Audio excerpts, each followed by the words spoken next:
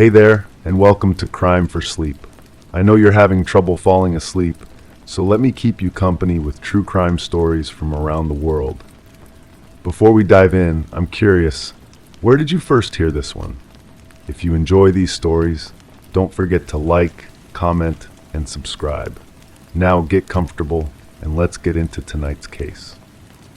Story 1. The blinds settled into place, leaving thin slivers of twilight to cast narrow paths across the room. I rubbed my fingers together, a faint residue of dust gritting against my skin. The air felt dense, hanging with a stillness that pressed against my ears. I swore I could hear the soft shuffle of particles descending through rays of dimming light. As I leaned closer to the window, the flicker returned a silent shift that made everything feel slightly off-kilter. The house had been empty for weeks, they told me, yet the dust patterns on the windowsill showed clear finger marks, recent ones. Someone had been adjusting these blinds regularly, carefully. The way the metal slats hung suggested a practiced hand, someone who knew exactly how much light to let in, how much to keep out. I was there to catalog the belongings, to prepare the estate for sale.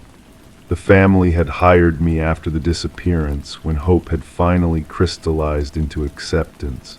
But standing in that room, breathing air that felt too thick, too occupied, I wondered if acceptance was premature.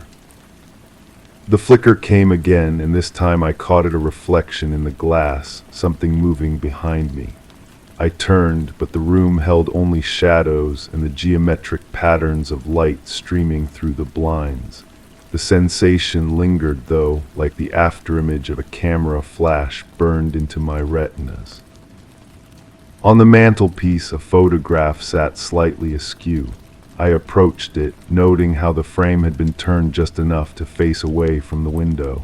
The image showed a family gathering, faces arranged in that careful choreography of forced happiness. But one person stood apart, positioned at the edge of the frame as if ready to step out of the picture entirely. That was when I noticed the smell, faint but persistent, like old flowers mixed with something metallic.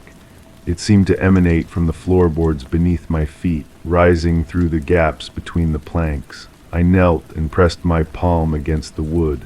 The surface felt cold, unnaturally so, as if the house itself was holding its breath. The police had searched this place thoroughly, or so I'd been told. They'd found nothing to suggest foul play, nothing to explain the sudden absence of someone who had lived here for decades. But they hadn't spent hours alone in these rooms, hadn't felt the weight of all that accumulated silence. I moved through the house methodically, making notes, taking photographs. In the kitchen, the coffee maker still held water, though it had long since developed a thin film of algae. The refrigerator hummed with determined persistence, preserving food that would never be eaten. These details felt significant, though I couldn't articulate why. Upstairs, the bedroom revealed more contradictions. The bed was made with military precision, corners tucked tight, pillows fluffed and centered.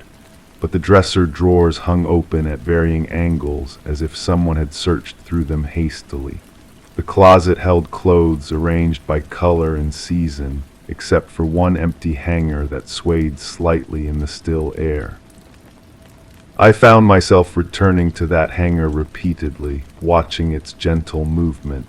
There was no breeze in the room, no air circulation that could account for the motion. Yet it continued its slow dance, back and forth, like a metronome keeping time to some unheard rhythm. The neighbors had offered conflicting accounts. One insisted they'd seen lights in the house well after the disappearance was reported. Another swore they'd heard music playing at odd hours, always the same song, though they couldn't quite remember the melody when pressed for details. A third claimed to have witnessed someone tending the garden, but when investigators checked, they found only weeds and neglect. These inconsistencies gnawed at me as I worked. Memory, I knew, was unreliable under the best circumstances, but the sheer number of contradictions suggested something more deliberate, as if the truth was being actively obscured. In the basement, I discovered a workbench covered with projects in various stages of completion. Wood shavings curled on the surface like question marks, and the tools hung in perfect order on a pegboard, but one space stood empty, its outline marked by the absence of dust. Whatever tool had hung there was substantial, heavy enough to leave a deep impression in the wood behind it. I ran my fingers along the empty space, trying to imagine what might have fit there. The shape suggested something with a long handle, something designed for leverage. The thought sent an uncomfortable chill through me, though I couldn't say why. Back upstairs, I found myself drawn again to the window where I'd started. The blinds had shifted slightly, allowing different patterns of light to enter the room. I was certain I hadn't touched them, yet they hung at a new angle. The dust on the windowsill showed fresh disturbances, finger marks that seemed to mirror my own. That was when I heard a sound so soft I almost missed it. Footsteps, deliberate and measured, coming from somewhere above me, but I'd already been upstairs. I'd checked every room, every closet, every possible hiding place. The house was supposed to be empty. I stood perfectly still, listening. The footsteps continued, following a familiar pattern. Someone was walking the same route I'd taken through the upper floor, pausing in the same places I'd paused, lingering over the same details that had caught my attention. My hand trembled as I reached for my phone, but before I could dial, the sound stopped. The silence that followed felt expectant, as if the house itself was waiting for my next move. I climbed the stairs slowly, each step announcing my presence to whoever might be listening.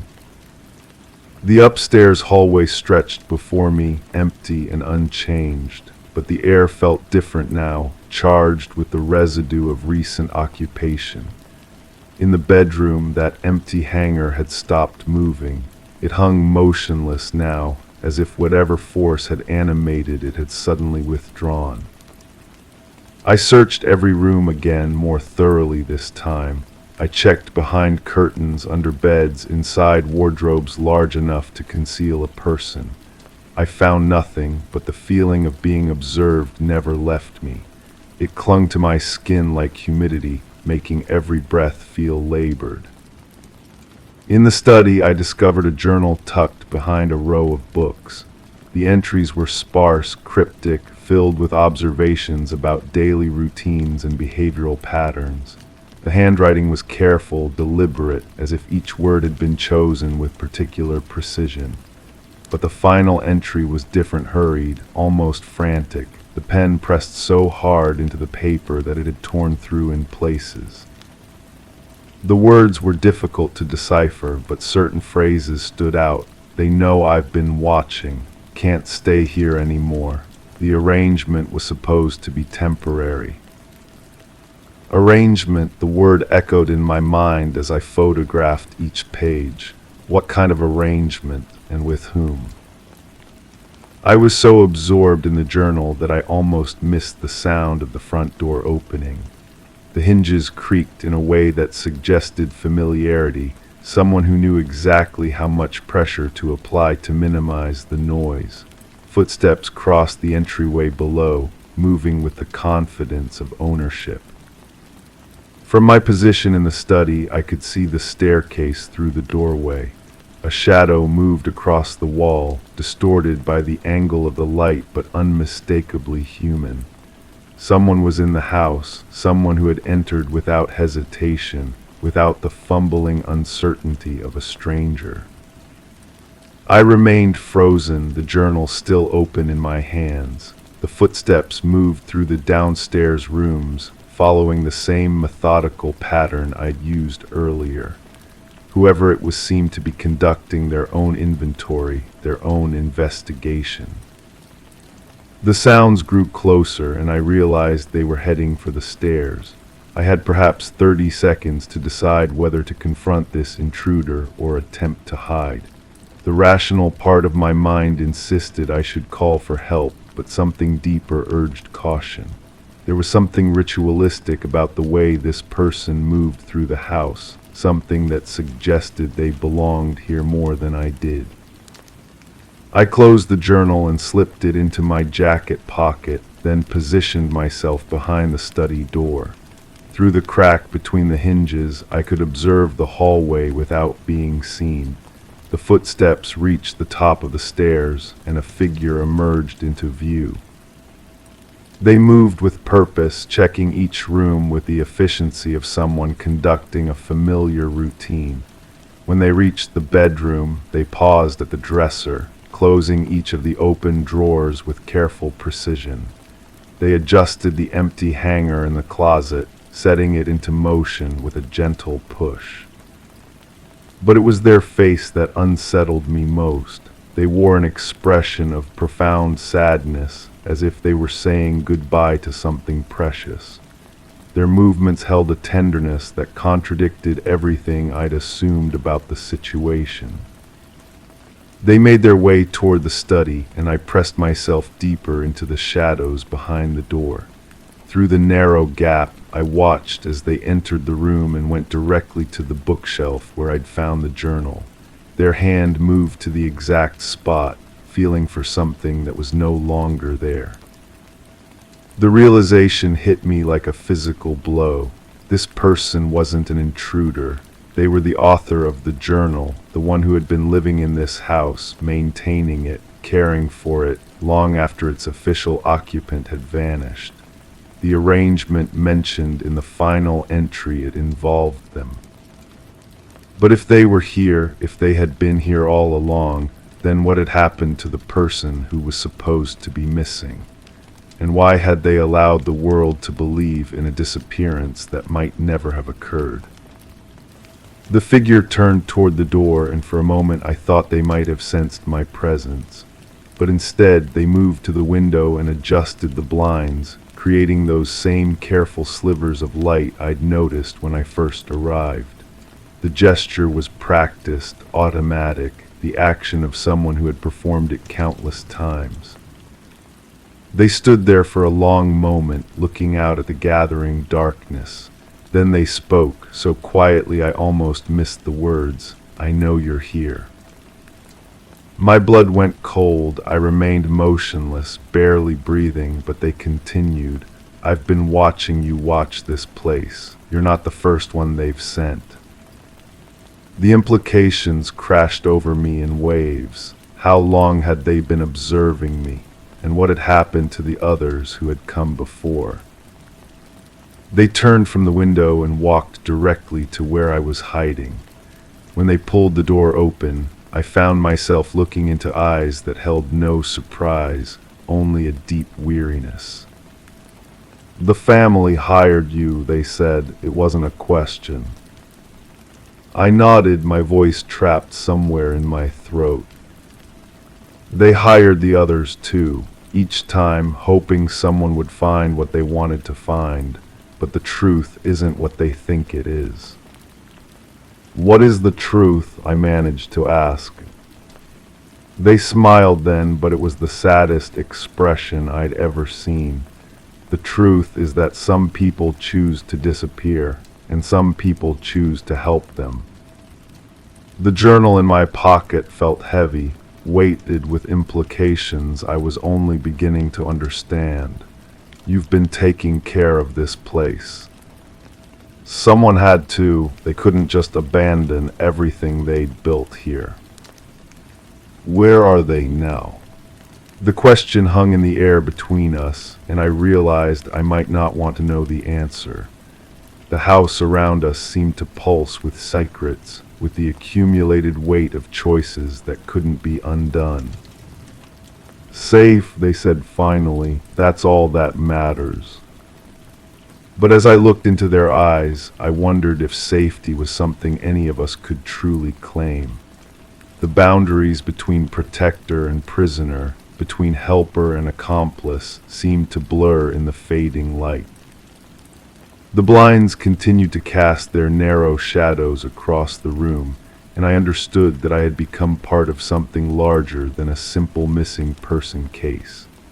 The flicker I'd noticed at the window, the sense of being watched, the carefully maintained facade of abandonment, it was all part of an elaborate performance, a magic trick designed to make someone vanish in plain sight. As twilight deepened into night, I faced a choice that would define not just this case, but my understanding of truth itself. Some mysteries, I realized, were meant to remain unsolved. Some disappearances were acts of mercy rather than crimes. The dust continued to settle around us, marking time in a house that refused to remain empty, no matter how many people believed it to be abandoned. Story 2. The camera lens seemed to focus on its own, the soft whir barely audible above the distant hum of the world outside. I stood in the corner of the room where shadows collected like dust. Even as the room remained motionless, a draft unsettled the edge of the curtains, teasing them from their rest. Not a single item on the desk had shifted, yet an intangible imbalance gnawed at the air. An eerie tension threaded through each silent second. Suddenly the lens clicked, unprompted, capturing an empty frame. But the ground outside was marred by prints that hadn't been there before. My fingers traced the camera's metal body, still warm from the automatic flash. The weight of it felt familiar, though I couldn't remember when I'd last held it. The sensation pulled me backward into a memory that might have been a dream. I was standing in another room, similar light, different shadows. She had been sitting at the edge of the bed, her back to me, shoulders curved inward like a question mark. The investigator's notebook lay open beside her, pages filled with my handwriting, words I didn't remember writing. "You keep coming back to the same details," she had said without turning around. The camera, the footprints, the way the light fell across the floor. Had she said that, or was it someone else? The memory shifted, reformed itself into something slightly different.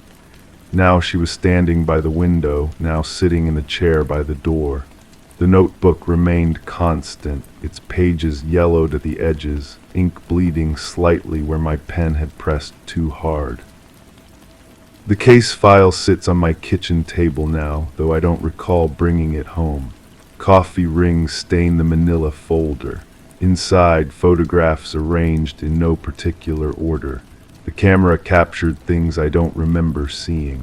Angles that suggest I was crouching, lying down, pressed against walls. Perspectives that feel foreign to my body. In one photograph, a shadow falls across a hardwood floor. The shadow is human-shaped but distorted, stretched by afternoon light into something unrecognizable. I study the image until my eyes water, trying to match it to a memory of being in that room, casting that shadow. Nothing comes. The prints outside were size 9. I wear size 11. This detail appears in my notes repeatedly, underlined, circled, connected to other observations with arrows that lead nowhere. My handwriting grows increasingly erratic across the pages, as if my certainty was dissolving with each word. Interview transcript, though I don't remember conducting interviews. She mentioned the camera several times. What about it specifically? The way it seemed to operate independently, she felt watched by it. Did she say who might have been operating it? No, she insisted it was automatic, but the timing was too precise for coincidence. The voice asking questions sounds like mine, but flattened by poor recording quality. The responses come from someone whose voice I almost recognize. Almost. I return to the room where the lens clicked. The curtains hang differently now, or perhaps the light has changed. The desk remains undisturbed, its surface reflecting the window's pale rectangle. I position myself in the corner again, trying to recreate the moment, but the shadows have shifted. They no longer collect where I stand. The camera sits where I left it, though its position seems slightly altered. The lens cap lies beside it, and I can't remember removing it. Through the viewfinder, the room appears smaller, more intimate. The automatic focus engages with that same soft whir, settling on empty space near the doorway. Someone had been standing there, not when I took the photograph, but before or after. The certainty of this knowledge unsettles me, though I cannot trace its source. Perhaps it's the way the light falls differently in that spot, as if interrupted by an absent presence. Perhaps it's something else entirely. My notes mention a conversation with a neighbor. No name given, just a description. Elderly, observant, prone to watching from windows. According to my handwriting, this person claimed to have seen unusual activity. Lights turning on and off in patterns. Figures moving past windows at odd hours. The cameras flash illuminating rooms that should have been empty. But when I try to remember conducting this interview, I find only fragments. A porch with peeling paint, the smell of old coffee, a voice that wavered between certainty and doubt, much like my own thoughts now. The timing was always wrong. My notes quote this nameless neighbor. The lights would come on just after she left for work, go off just before she returned, like someone was learning her schedule. Below this in different ink I've written, but she worked irregular hours, no consistent schedule to learn. The contradiction sits on the page without resolution, like so many others scattered throughout the file. Facts that cancel each other out, leaving only questions that multiply in the spaces between certainty and doubt. The photograph of the shadow troubles me most. I've studied it for hours, days perhaps, trying to understand its distortion. The angle suggests the light source was low, possibly artificial, but the quality of illumination looks natural, like late afternoon sun streaming through west-facing windows. I remember now, or think I do, standing in that room as the light changed. The shadow moved across the floor like a sundial marking time, but the movement felt wrong somehow. Too fast or too slow, I can't recall which. Just wrong in a way that made my skin crawl. The camera had been set to automatic then too. I'd positioned it on a shelf, aimed at the area where the shadow fell, hoping to capture some evidence of the distortion I was witnessing. But when I reviewed the images later, I found only that single photograph. One frame of a shadow that might have been mine, might have been someone else's, might have been nothing more than a trick of light and lens. The prints outside lead from the street to the house, then disappear at the threshold. No corresponding prints lead away. In my notes, I've calculated the stride length, noted the wear pattern on the sole, sketched the distinctive tread design. All details that point toward someone specific, someone real, yet the trail ends as abruptly as it begins. I've walked that path myself, measuring my steps against the impressions in the soft earth. My gait is different, longer, more hesitant. These prints suggest confidence, purpose, familiarity with the route, someone who belonged there or believed they did. The automatic camera click startles me back to the present. The lens has focused on the window, capturing the view beyond. In the developed image, I can see the faint outline of footprints in the garden soil, though from this angle they're barely visible. The camera saw what I had missed, or chose to record what I had forgotten. She used to say the house remembered things differently than she did. This detail appears in my notes without context, without attribution. Just a quote floating in the margins, connected to nothing, explaining everything and nothing simultaneously. Houses don't remember, of course, but cameras do in their mechanical way. They preserve moments without interpretation, without the emotional coloring that transforms memory into something unreliable.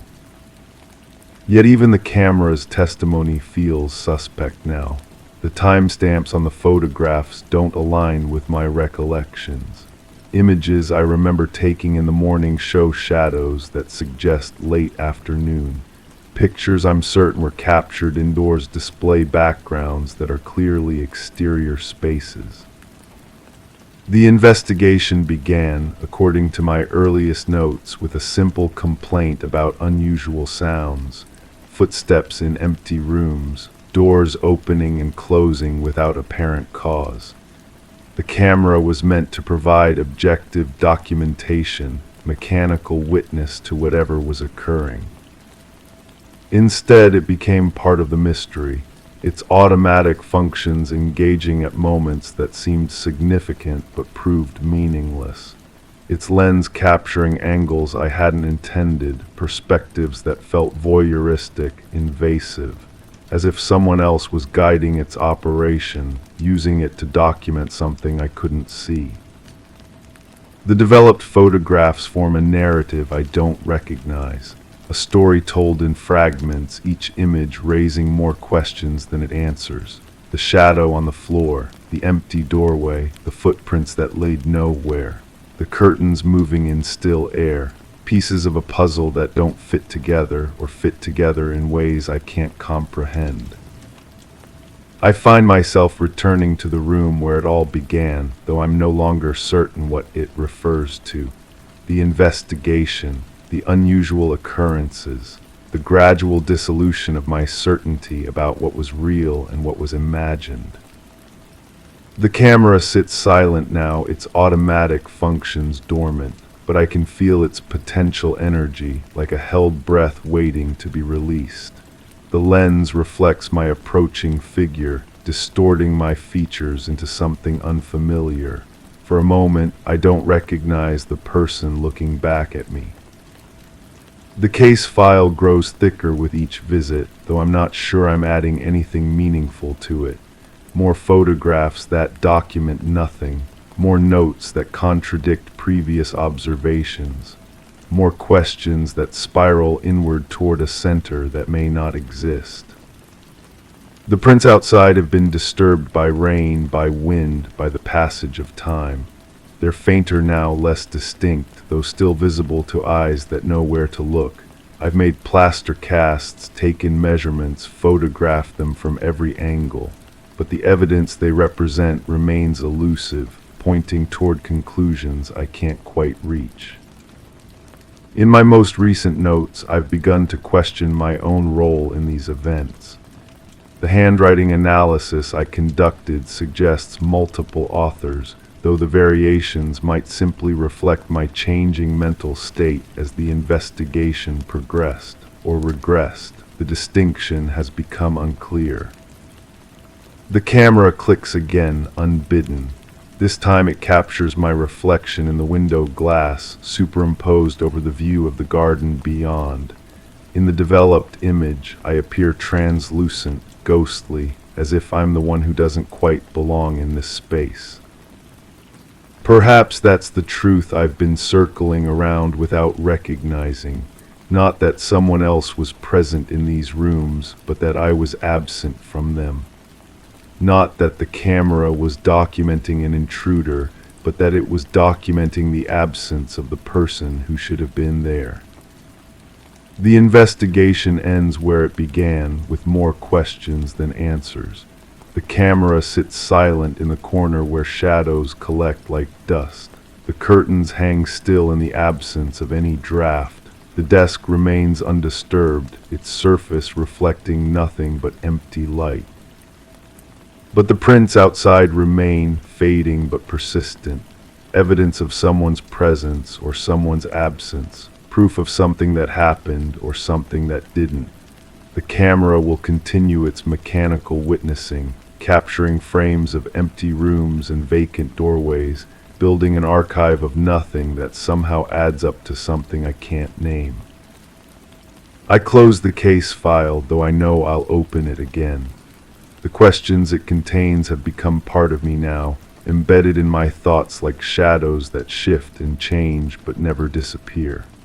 The truth, whatever it was, has dissolved into fragments of memory and mechanical testimony, leaving only the weight of uncertainty and the soft whir of a lens focusing on emptiness. The camera clicks one final time as I leave the room. I don't turn back to see what it has captured. Story 3. It sat on the kitchen counter every morning, an envelope addressed to no one, simple and unassuming. At first I presumed it was some forgotten relic, a leftover from the weekly mail, perhaps. Every day it lay there undisturbed, as if waiting for its time. But last Monday its corner was folded, a small crease that hadn't been there before. By Wednesday a faint smudge appeared on its surface.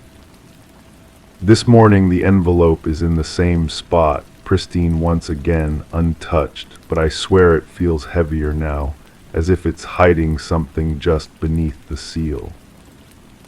The coffee maker gurgles at 5:30 each morning. I've counted the drops that fall between the final sputter and silence. 14 drops, always 14. But that sound, that mechanical breathing, it masks other things. Footsteps upstairs when no one should be walking. The creak of floorboards settling, or someone trying very hard to move quietly. I found the first photograph tucked inside my car's sun visor. A picture of my own front door taken from across the street. The angle suggested someone had been sitting in that blue sedan that parks there sometimes. The sedan belongs to my neighbor, though I've never seen her drive it. She works nights, sleeps during the day.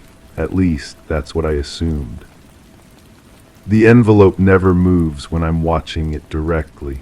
Only when I turn away, when I'm washing dishes or staring out the window at that same blue sedan.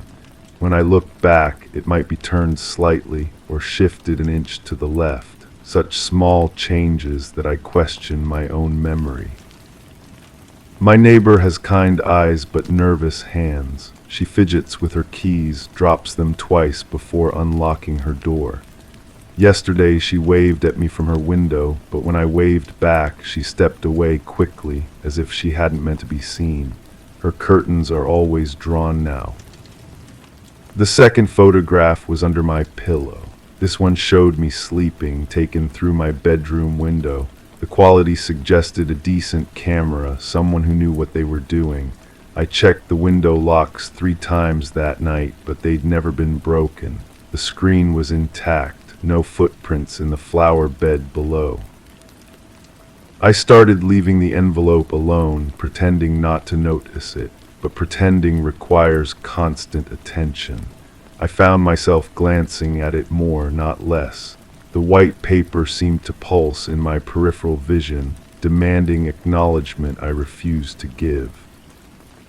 The woman at the grocery store asked if I was feeling well. I must have looked tired. She mentioned seeing me walking around my house at odd hours, checking windows, looking over my shoulder. I don't remember walking around my house. I sleep heavily, always have. But my shoes were muddy that morning, dirt on the soles that matched the soil around my foundation. There's a pattern to the sedan's appearances. It arrives when I leave for work, disappears during lunch, returns as evening settles. The timing is too precise to be coincidental. Someone is tracking my routine, learning my habits, but when I tried to approach the car, it was always empty, doors locked, interior clean except for a coffee cup in the holder. Still warm. The envelope opened itself. Not dramatically. I came downstairs one morning and found it sitting there, flap lifted just enough to reveal darkness inside. No torn edges, no violence to the paper, as if it had simply decided its time had come.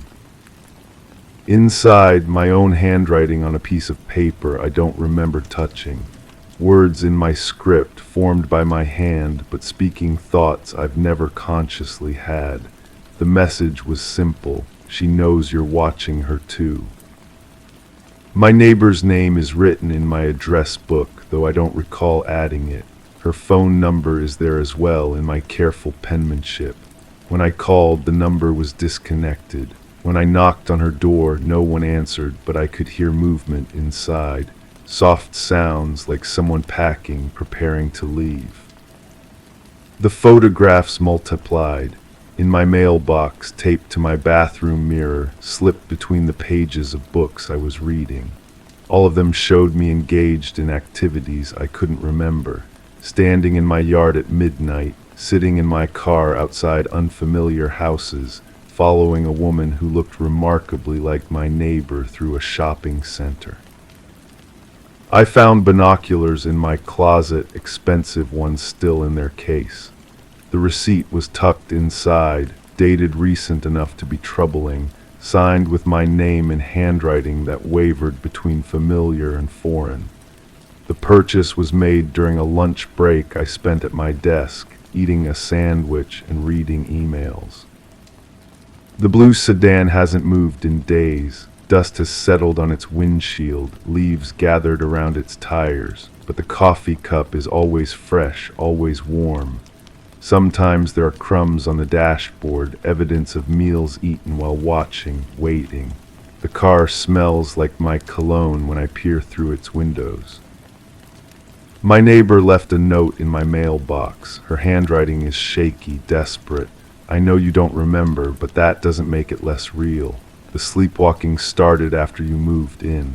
You're not responsible for what you do when you're not yourself, but I can't stay anymore. The envelope will tell you everything you need to know. Check the basement. I don't have a basement.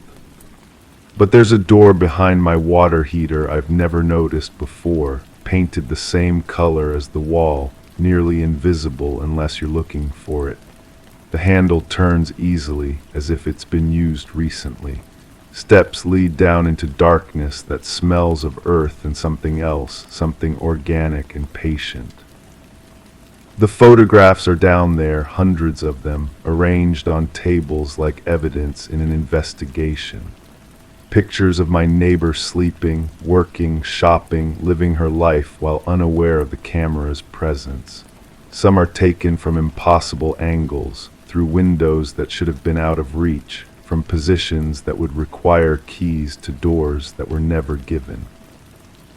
There's a journal in my handwriting documenting observations, patterns, preferences, details about her schedule, her habits, her fears.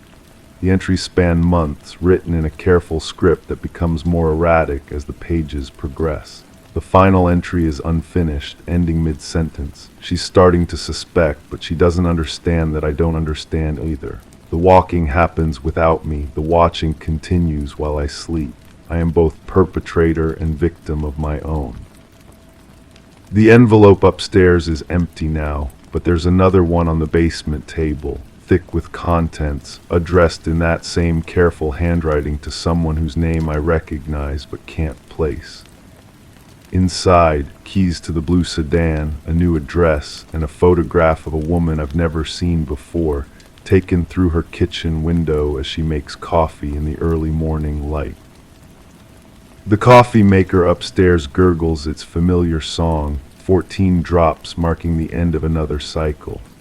But now I hear footsteps above me, soft and deliberate, someone moving through my house while I stand in this basement I didn't know existed. The footsteps pause at the kitchen counter, where I imagine another envelope has appeared, waiting patiently for its time to come. Story 4. I brush the dust from my fingertips, feeling the grit leave a faint trail on my skin. The room was still, the quiet too even, with the air carrying an electric lull. An unfamiliar scuff marked the polished floor, a shallow imperfection against the gleaming surface. My steps felt absorbed, muted as if the room itself held its breath. The air seemed lighter now, but my pulse found an unfamiliar rhythm. The scuff wasn't alone anymore, the silence had gained weight. The mark pulls me back, always back to that morning when I first noticed how perfectly she arranged her shoes by the door. 2 pairs, never 3, never 1. The precision bothered me then, though I couldn't articulate why. Now I understand it was the certainty of it, the way she seemed to know exactly what each day would require of her feet. I run my thumb along the edge of the manila folder. The paper has softened with handling, corners worn to gentle curves. Inside, photographs that no longer shock me.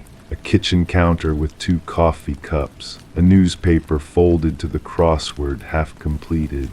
The pen still uncapped beside it, as if she'd only stepped away for a moment. But she hadn't stepped away. The detective's voice comes back to me in fragments. Something about the door being locked from the inside. Something about no signs of struggle. His words floated past me like smoke, and I found myself focusing instead on the way his wedding ring caught the fluorescent light.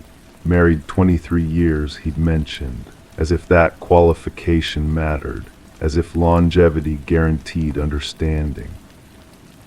I remember nodding at appropriate intervals, but my attention had already drifted to the window behind his desk. A parking lot stretched beyond the glass, cars arranged in neat rows, everything in its designated place. I wondered if she would have approved of the orderliness, or if it would have made her anxious. She always claimed chaos energized her, but I'd seen how she straightened magazines on coffee tables when she thought no one was watching. The scuff mark seems deeper now, or perhaps the light has shifted. I kneel beside it, running my finger along its length. The wood is old beneath the polish, and I can feel the grain through the glossy surface. Someone had taken care with this floor once. Multiple coats of finish, sanded smooth between applications. The kind of attention that speaks to permanence, to the belief that some things are worth preserving.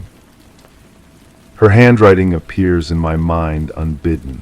The grocery list she left magneted to the refrigerator, her careful cursive spelling out ordinary needs. Milk, bread, batteries. The mundane inventory of a life that assumed tomorrow would arrive as scheduled. I'd saved one of those lists, though I can't remember making the conscious decision to do so. It lives now between pages of a book I'll never finish reading, a bookmark to nowhere. The morning I found her, she was wearing the blue sweater, the one with the small hole near the left elbow that she'd been meaning to mend for months. I'd offered to take it to the tailor, but she insisted she could fix it herself. She never did. The hole had grown slightly larger, edges beginning to fray. When I mentioned it to the detective, he wrote something in his notebook. Later, I wondered what significance he thought that detail might hold. My knees protest against the hardwood. I shift position, settling cross-legged beside the scuff mark. From this angle, the room looks different, larger somehow, as if the perspective has revealed hidden space. The baseboards need dusting. She would have noticed that immediately, would have added it to one of her mental lists, the ones she never wrote down but somehow never forgot. The medical examiner's report used clinical language. Natural causes, it concluded, heart failure. As if hearts were mechanical devices that simply wore out from use, rather than organs capable of breaking in ways that left no visible evidence. I'd asked about stress, about emotional trauma, but the doctor's expression remained professionally neutral. Heart stop, he explained. Sometimes there's no why that medical science can identify. But I keep returning to the coffee cups, 2 of them both used, both still warm when I arrived that morning. I'd called her name from the hallway, expecting her voice to float back from the kitchen or the bedroom. Instead, silence had greeted me, thick and expectant. I'd found her in the living room, seated in her reading chair as if she'd simply dozed off over a book, except there was no book. Her hands rested empty in her lap, palms turned upward in a gesture that seemed almost supplicating. The second coffee cup haunts me. She drank tea in the mornings, always tea. Earl Grey with a splash of milk, no sugar. I teased her about her British affectations, though she'd never been anywhere near England. The coffee was mine, she'd claimed, left over from my visit the evening before. But I remembered leaving that cup in the sink, remembered the sound of running water as she rinsed it clean. She was meticulous about such things. Dishes never lingered unwashed in her kitchen. I traced the scuff mark with my fingernail, following its curved path across the floorboard. It reminds me of something, though the memory skitters away each time I try to grasp it. A shape I've seen before in a different context. The detective had photographed it along with everything else. Standard procedure, he'd assured me. Even in cases where no crime was suspected, documentation mattered. Evidence of normalcy could be as important as evidence of disturbance. Her sister called that afternoon. I'd forgotten she had a sister until the phone rang, until that unfamiliar voice introduced itself with shared grief. They'd been estranged for years, the sister explained. Some argument about their mother's estate, feelings hurt beyond easy repair. She was flying in for the funeral, she said. Could I help with arrangements? I'd agreed, though I realized I knew nothing about her wishes. We'd never discussed death, as if the topic might summon unwelcome attention. Now I found myself guessing at casket preferences, at flower arrangements, at the music she might have wanted played. The funeral director asked gentle questions I couldn't answer. Had she preferred cremation or burial? Did she have religious affiliations? What readings might honor her memory? In the end, I chose arbitrarily. White lilies because she'd grown them in her garden. A simple wooden casket because elaborate seemed wrong somehow. A minister who'd never met her but spoke with practiced compassion about eternal rest and divine plans. The sister wept quietly in the front pew, and I wondered what memories she was mourning, what version of the woman I thought I knew. The scuff mark ends abruptly, as if whatever created it had simply vanished mid-motion. I lean closer, studying the termination point. The wood shows no other damage, no continuation of the mark in any direction. It exists in isolation, a question mark carved into the floor's perfection. After the funeral, the sister and I returned to the house together. She moved through the rooms like an archaeologist, picking up objects and studying them as if they might reveal secrets. A ceramic owl on the mantelpiece drew her particular attention. She turned it over in her hands, examining the maker's mark on the bottom. I gave this to her for her birthday, she said. She was 12. I thought she'd thrown it away years ago. The revelation surprised me. In all our conversations, she'd never mentioned the owl's origin. I'd assumed it was a garage sale find, the kind of random decoration that accumulates over time without particular meaning. But she'd kept it, displayed it prominently, preserved this connection to a relationship I'd believed was thoroughly severed. What else had I misunderstood? The sister took very little when she left. A few photographs, some jewelry that had belonged to their mother. She offered me first choice of everything else, but I found myself paralyzed by the decision. How do you choose which fragments of a life deserve preservation? How do you distinguish between the meaningful and the merely present? I kept the coffee cup, the second one, the mysterious one that shouldn't have existed. It sits now in my own kitchen cabinet, unused but not forgotten. Sometimes I take it down and hold it, feeling its weight, studying its unremarkable surface for clues it refuses to yield. The rim shows faint lipstick traces, a pale pink shade she never wore in my presence. But perhaps she had other versions of herself, private moments when she became someone I never met. The house sold quickly. The real estate agent called it a seller's market, though I suspected the truth was simpler. The rooms held no shadows, harbored no sense of tragedy. To strangers walking through, it was simply a well-maintained home with good bones and pleasant light. They couldn't see the questions embedded in its walls, couldn't feel the weight of unanswered mysteries. I drive past sometimes, slowing as I approach the familiar driveway. New owners have made changes. Different curtains in the windows, a garden gnome where her roses used to bloom. The transformation should comfort me, should signal that life continues, that spaces can be reclaimed and redefined. Instead, it feels like erasure, as if the questions I carry are becoming increasingly irrelevant. The scuff mark blurs as my eyes lose focus. I blink, and for a moment the room seems to shift around me, walls breathing in some imperceptible rhythm. The sensation passes quickly, leaving me uncertain whether it happened at all. Memory has become unreliable, contaminated by too much examination. I can no longer trust my recollections to remain stable under scrutiny. Did she really arrange her shoes so precisely? Was the newspaper actually folded to the crossword, or have I constructed that detail from some desire for symbolic meaning? The photographs should provide objective truth, but even they seem to change each time I study them. Shadows fall differently, objects appear to have shifted position. The camera captures only surfaces, and surfaces lie with perfect honesty. The detective closed the case within a week. Natural death, no suspicious circumstances, no investigation warranted. He returned her personal effects in a cardboard box, items that had seemed significant in the context of potential crime but revealed themselves as mundane when stripped of that possibility. Reading glasses, a grocery receipt, the pen from beside the crossword puzzle, its ink dried to uselessness. I kept the pen as well.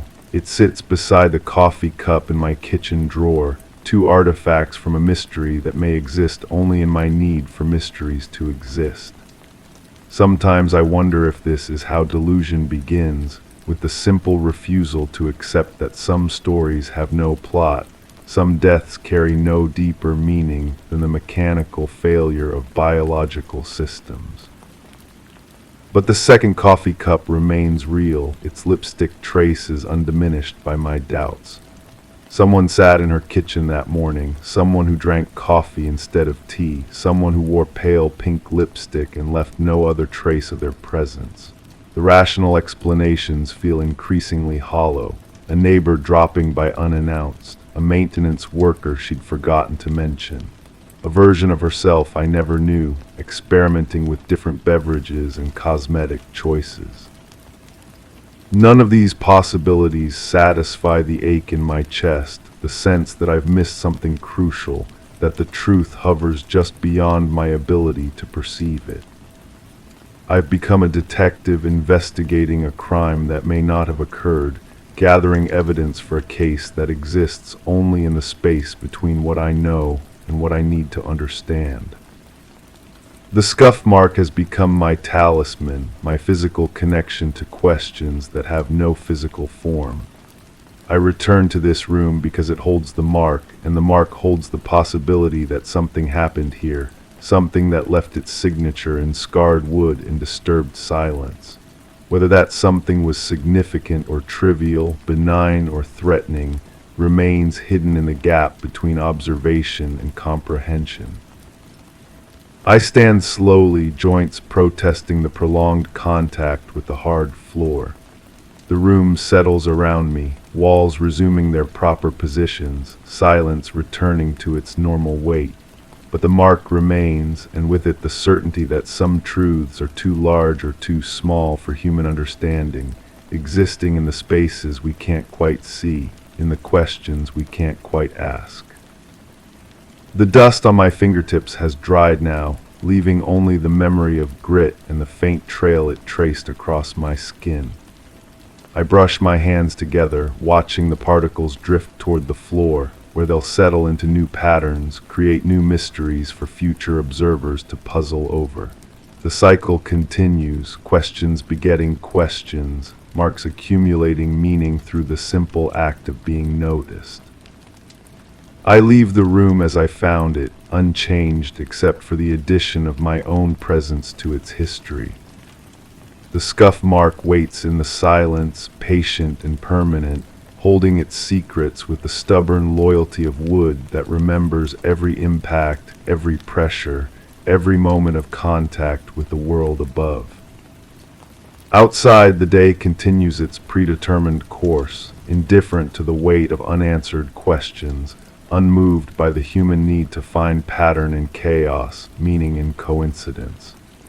But inside, in the space between the mark and my memory of it, Something persists that refuses to be explained away, refuses to accept the comfortable conclusion that some things simply are what they appear to be. The coffee cup waits in my kitchen drawer, and I know that tonight, like every night, I'll take it down and hold it, searching its surface for answers it will never provide, grateful for the questions it continues to ask. Story 5. The air stilled as I blew out the last candle. The faint scent of burnt wick lingered, a subtle reminder of the flame's recent existence. My fingers brushed the wax-stripped holder, which had grown cool too quickly. In the quiet, my pulse became the only rhythm, but it was offbeat, uncertain. A distant rustle reached my ears, softer than the night's breeze, though nothing had moved. My skin prickled in the silence, and the dim room felt unfamiliar, as if the shadows were holding their breath. Something didn't quite align with the darkness anymore. The photograph had been there when I arrived, not placed deliberately, just forgotten between the pages of a book I'd never seen before. Her face stared back at me with eyes that seemed to know something I didn't. The paper felt thin between my fingers, older than it should have been. I remember thinking she looked familiar, though I couldn't place where I might have seen her. I keep returning to that moment in the kitchen. The way the coffee mug shattered against the floor without warning. No one had touched it. I was standing 3 feet away, watching steam rise from the surface when it simply fell. The pieces scattered in a pattern that reminded me of something, though I can't say what. The sound echoed longer than it should have in such a small space. She called that evening. Her voice carried a tremor I'd never heard before. She spoke about dreams that felt too real, about waking up with dirt under her fingernails. I listened to her breathing between words, shallow and quick. When I asked if she was alone, the line went quiet for so long I thought the call had dropped. Then she whispered yes, but I heard footsteps in the background. The basement door was open again. I know I locked it. The hinges don't creak the way they used to. Someone must have oiled them recently. When I descended the wooden steps, each one groaned under my weight except the 7th from the top. That one stayed silent, as if it had been replaced. The air below smelled different, cleaner somehow, like someone had been scrubbing. I found her journal wedged behind the radiator. The pages were damp and some of the ink had run, making certain words impossible to read. What remained told fragments of a story I didn't recognize. She wrote about watching someone through windows, about following at a distance that felt safe.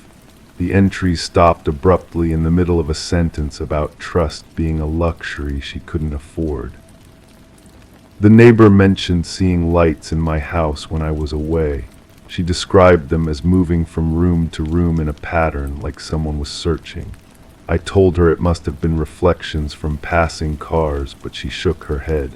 These were inside lights, she insisted, and they stayed on for hours. She asked if I'd given anyone a key, and I realized I couldn't remember all the copies I'd made over time. There's a stain on the living room carpet I don't remember making. It's roughly circular, about the size of a dinner plate, darker than the surrounding fibers. When I press my palm against it, the material feels different, stiffer. I've tried various cleaners, but nothing lifts it completely. Sometimes I catch myself staring at it, wondering if it was always there, and I simply never noticed. The police officer who came to take my statement had kind eyes, but kept glancing toward the stairs. He asked about my relationship with her, how long we'd known each other, whether we'd argued recently. I answered honestly, though my words felt hollow as I spoke them. He wrote everything down in a small notebook, his pen scratching against the paper with unusual force. I dream about water now, not drowning, just water everywhere, rising slowly around my ankles, then my knees. In these dreams, I'm always searching for something I've lost, reaching into murky depths where my hands find nothing but cold emptiness. I wake with my sheets damp and twisted, though the room is never warm enough to cause such sweating. Her sister arrived on a morning when the fog hung low between the houses. She had the same eyes but harder features, as if life had worn away the softness. She asked to see her room to collect some belongings. I watched her move through the space, touching objects with careful fingers, pausing at the window that faced the woods. She mentioned finding letters that weren't addressed to anyone, just words on paper that seemed like confessions. The floorboard in the hallway has started to warp. It rises slightly above the others now, creating a small ridge that catches my toe when I'm not paying attention. Underneath, something shifts when I walk over it, a soft sliding sound like sand in a container. I've considered prying it up to investigate, but each time I gather the tools, I find reasons to postpone the task. I remember her hands more clearly than her face now. The way she held her coffee cup with both palms wrapped around it, seeking warmth even on mild days. How she gestured when she spoke, small movements that emphasized her words without drawing attention.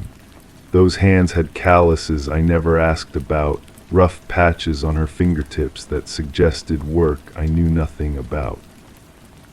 The phone rings at irregular intervals, always when I'm settling into sleep or just waking. The caller never speaks, but I can hear breathing, sometimes the sound of traffic in the distance. I've started leaving the receiver off the hook, but somehow it finds its way back to the cradle by morning. The dial tone becomes a lullaby I've grown to expect. In her closet, I discovered clothes that didn't belong to her. A jacket too large for her frame, shoes in a size she never wore.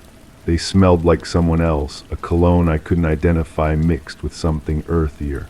When I mentioned this to the investigator, he made a note but seemed unsurprised, as if such discoveries were common in cases like hers. The mirror in the bathroom reflects differently now, not distorted exactly, but the angles seem wrong somehow. My face appears longer, my eyes set deeper than I remember. I've considered replacing it, but I'm afraid the problem isn't with the mirror itself. Sometimes I catch movement in my peripheral vision, but when I turn to look directly, there's nothing unusual to see. She used to leave notes for herself, small reminders stuck to the refrigerator or tucked into books. After she disappeared, I found dozens of them hidden throughout the house. Most were mundane grocery lists or appointment reminders, but some contained warnings written in her careful handwriting, advice to herself about staying alert, about trusting instincts over explanations. The garden shows signs of recent digging, though I don't remember disturbing the soil. The earth is loose in patches, darker where it's been turned.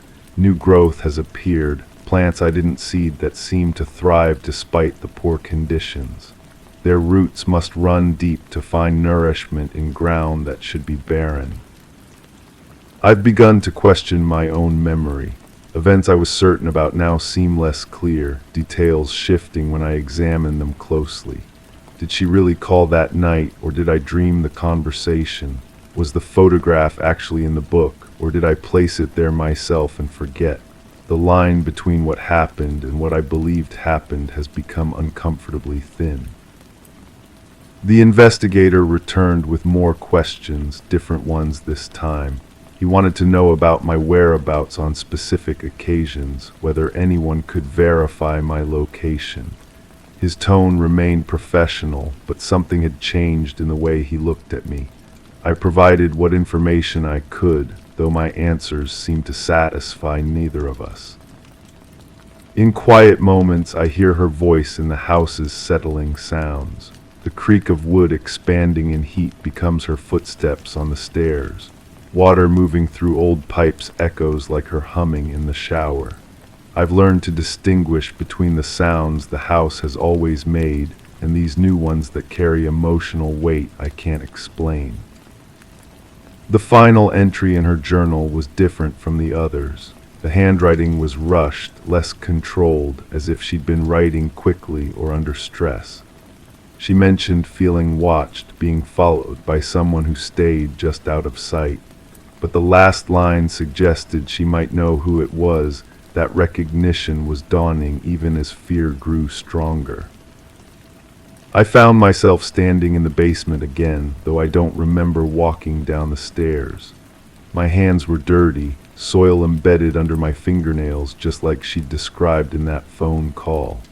The concrete floor showed scuff marks where something heavy had been dragged, and I noticed my shoes matched the pattern perfectly. Story 6.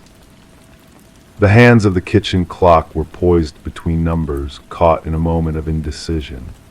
I stood in the dim light of the room, feeling the press of silent expectation around me. The refrigerator hummed inconsistently, its drone a distant murmur through the stillness. Somewhere beyond the walls, wind rustled faintly, as if seeking entrance, making the curtains shiver. Yet the room's air was heavy, dense, with the weight of impending events that hadn't announced themselves.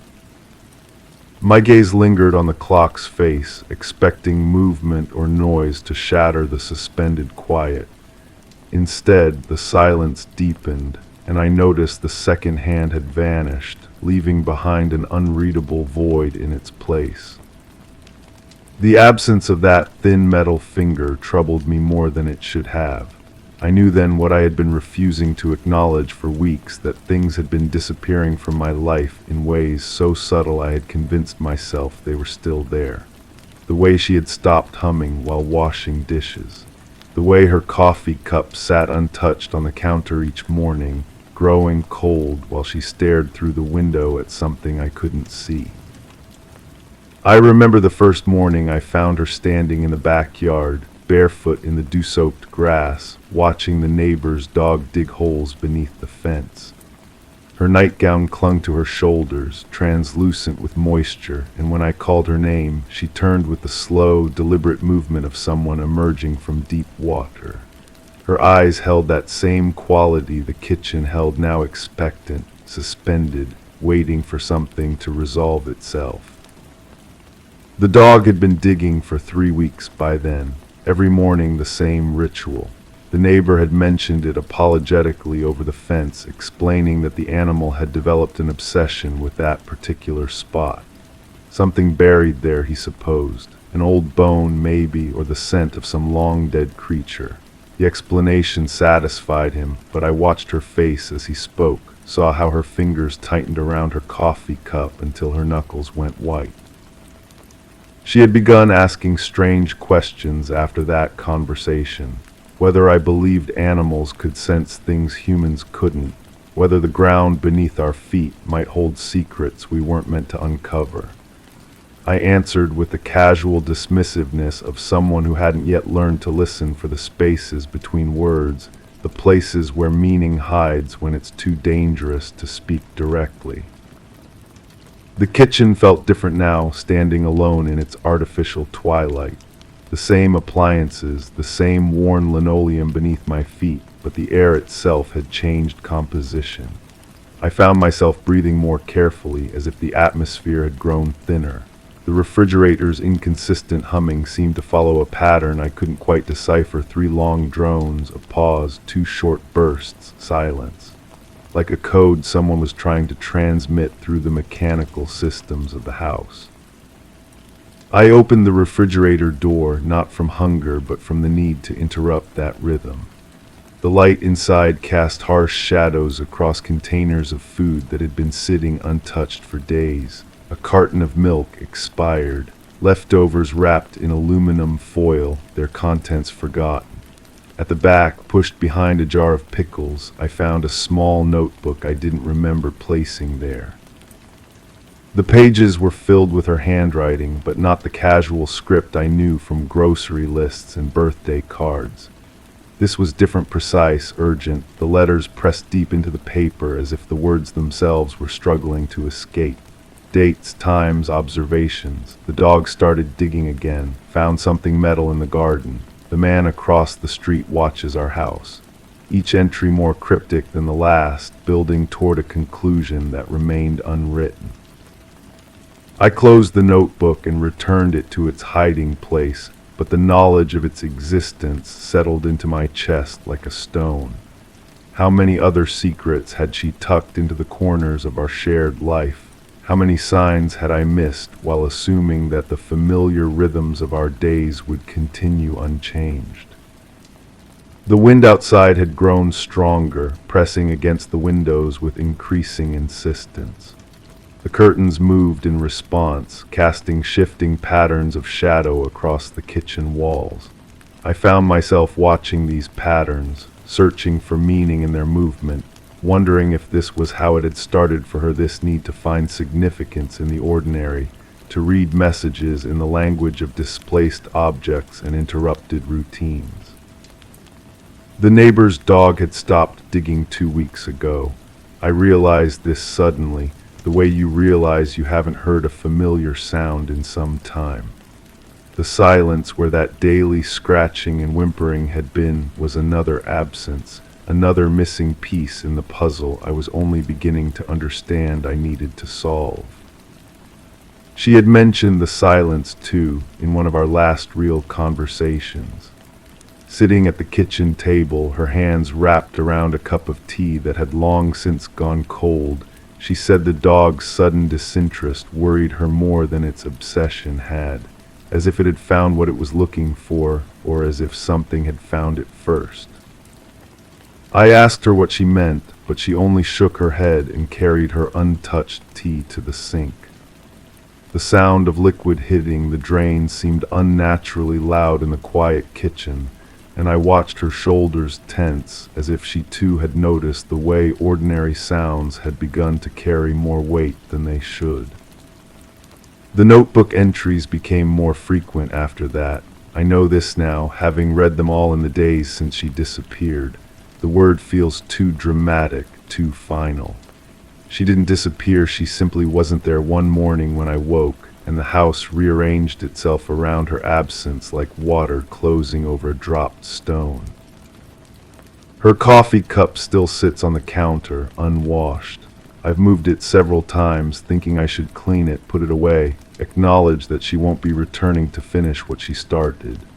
But each time I lift it, the weight feels wrong in my hands, too light or too heavy, and I find myself setting it back in exactly the same spot.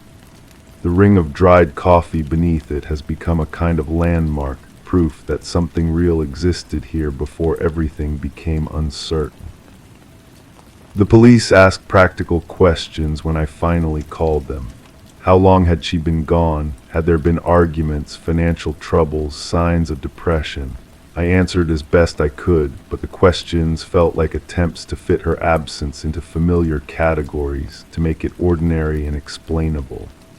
They couldn't understand that the mystery wasn't in her leaving, but in how long it had taken me to notice she was already gone. I think about the dog sometimes, how it knew to dig in that exact spot beneath the fence, how it worked with such focused determination, as if following instructions only it could hear. The neighbors said they never found anything when they finally filled in the holes, just dirt and roots and the occasional earthworm. But maybe the dog wasn't looking for something buried. Maybe it was trying to bury something instead. The kitchen clock still shows the same impossible time, its hands frozen between numbers like a question that forgot its own answer. I've grown accustomed to its silence, the way I've grown accustomed to the empty coffee cup and the notebook hidden behind the pickles. These objects have become my companions, more reliable than memory, less demanding than hope. Sometimes I catch myself standing in the backyard at dawn, looking down at the filled-in holes beneath the fence.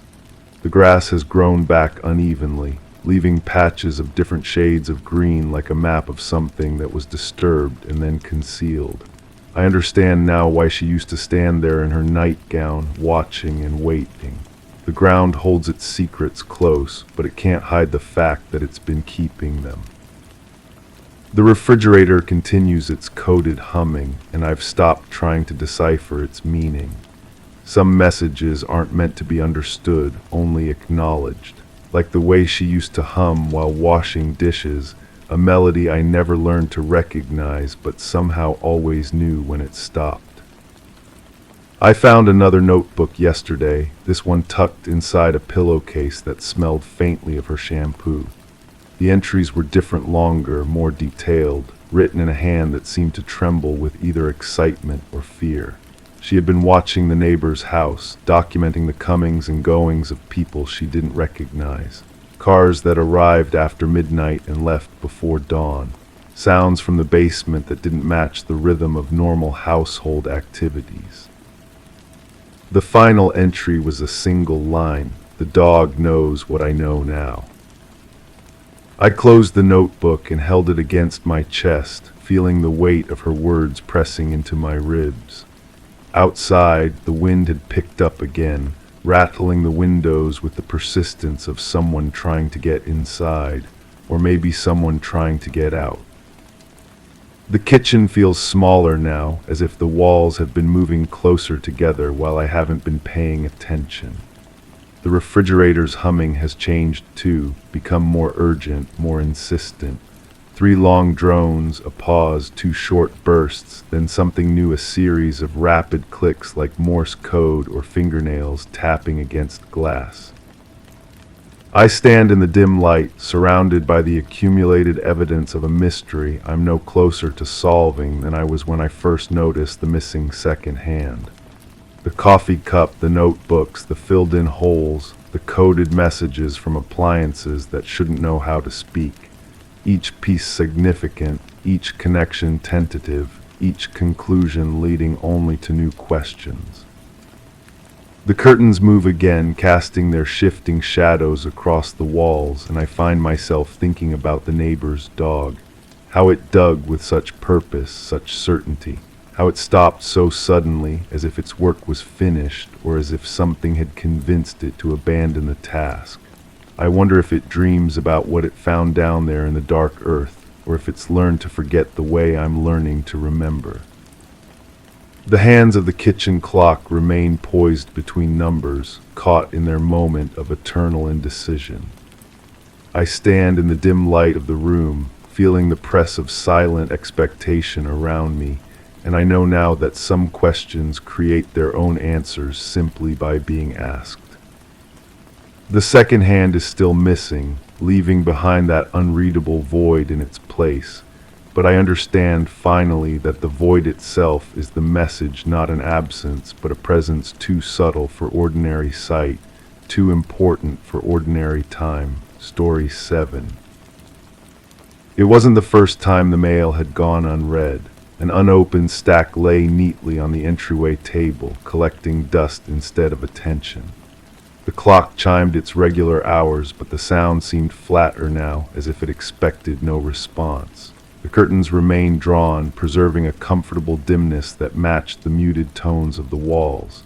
Outside, the world continued with its usual pace, unaware of the stillness that rested here. My footsteps were careful, avoiding the creaks I knew too well. As I poured another cup of coffee, the aroma filled the room, a familiar cover for the silence. I noticed the back door was slightly ajar, but I didn't pull it shut. After all, some things were better left open. The coffee cup warmed my palms as I stood in the kitchen, watching steam rise and dissipate.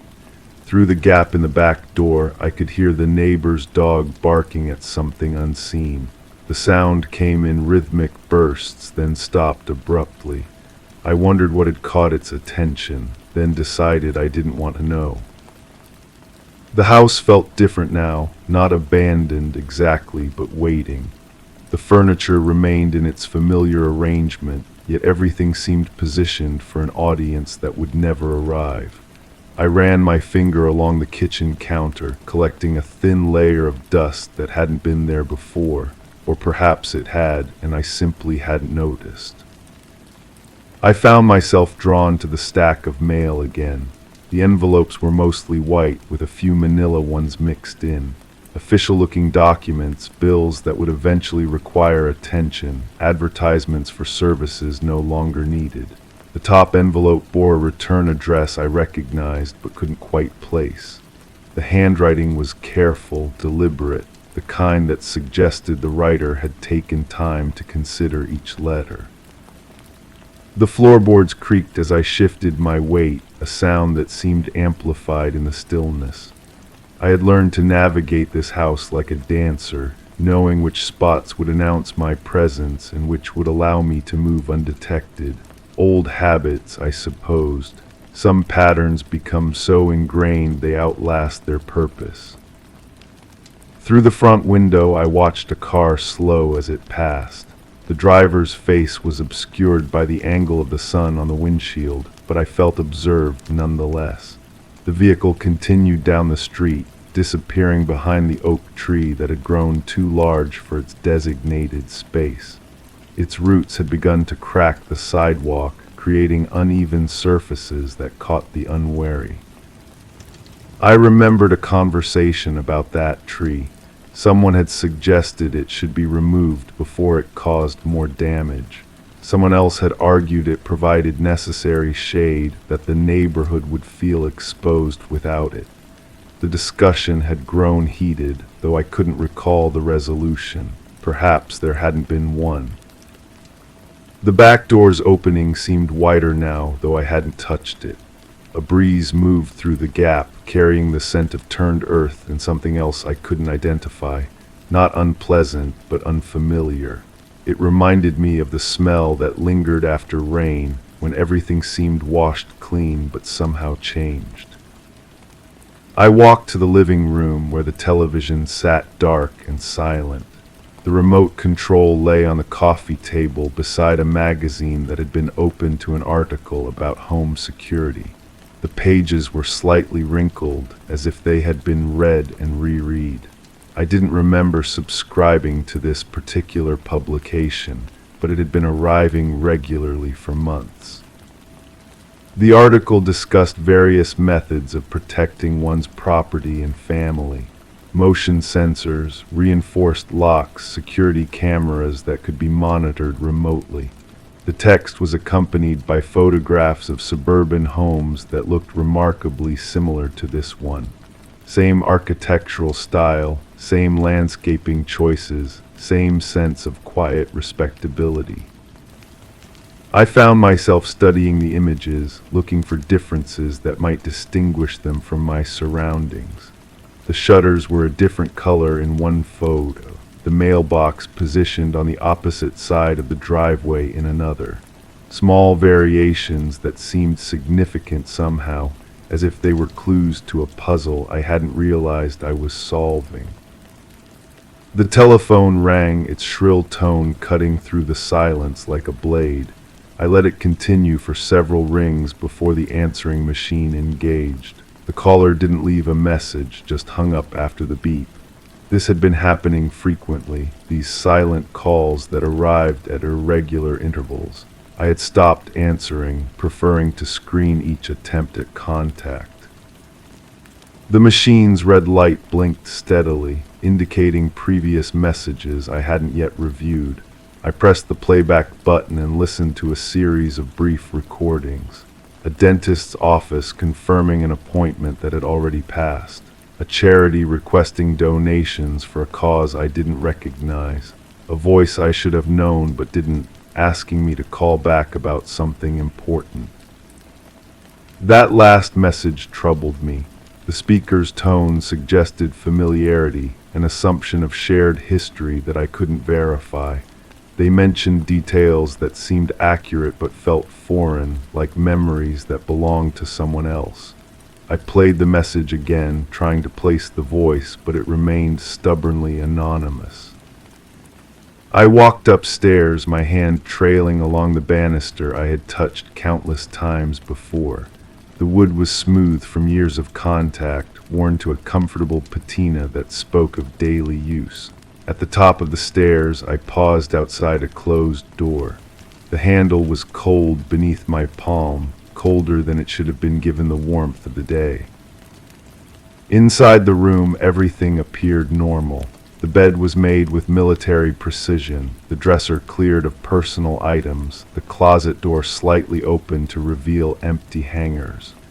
Sunlight filtered through the curtains, creating patterns on the carpet that shifted as clouds moved overhead.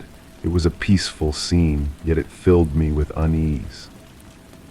I opened the dresser drawers one by one, finding them mostly empty except for a few items that seemed randomly placed.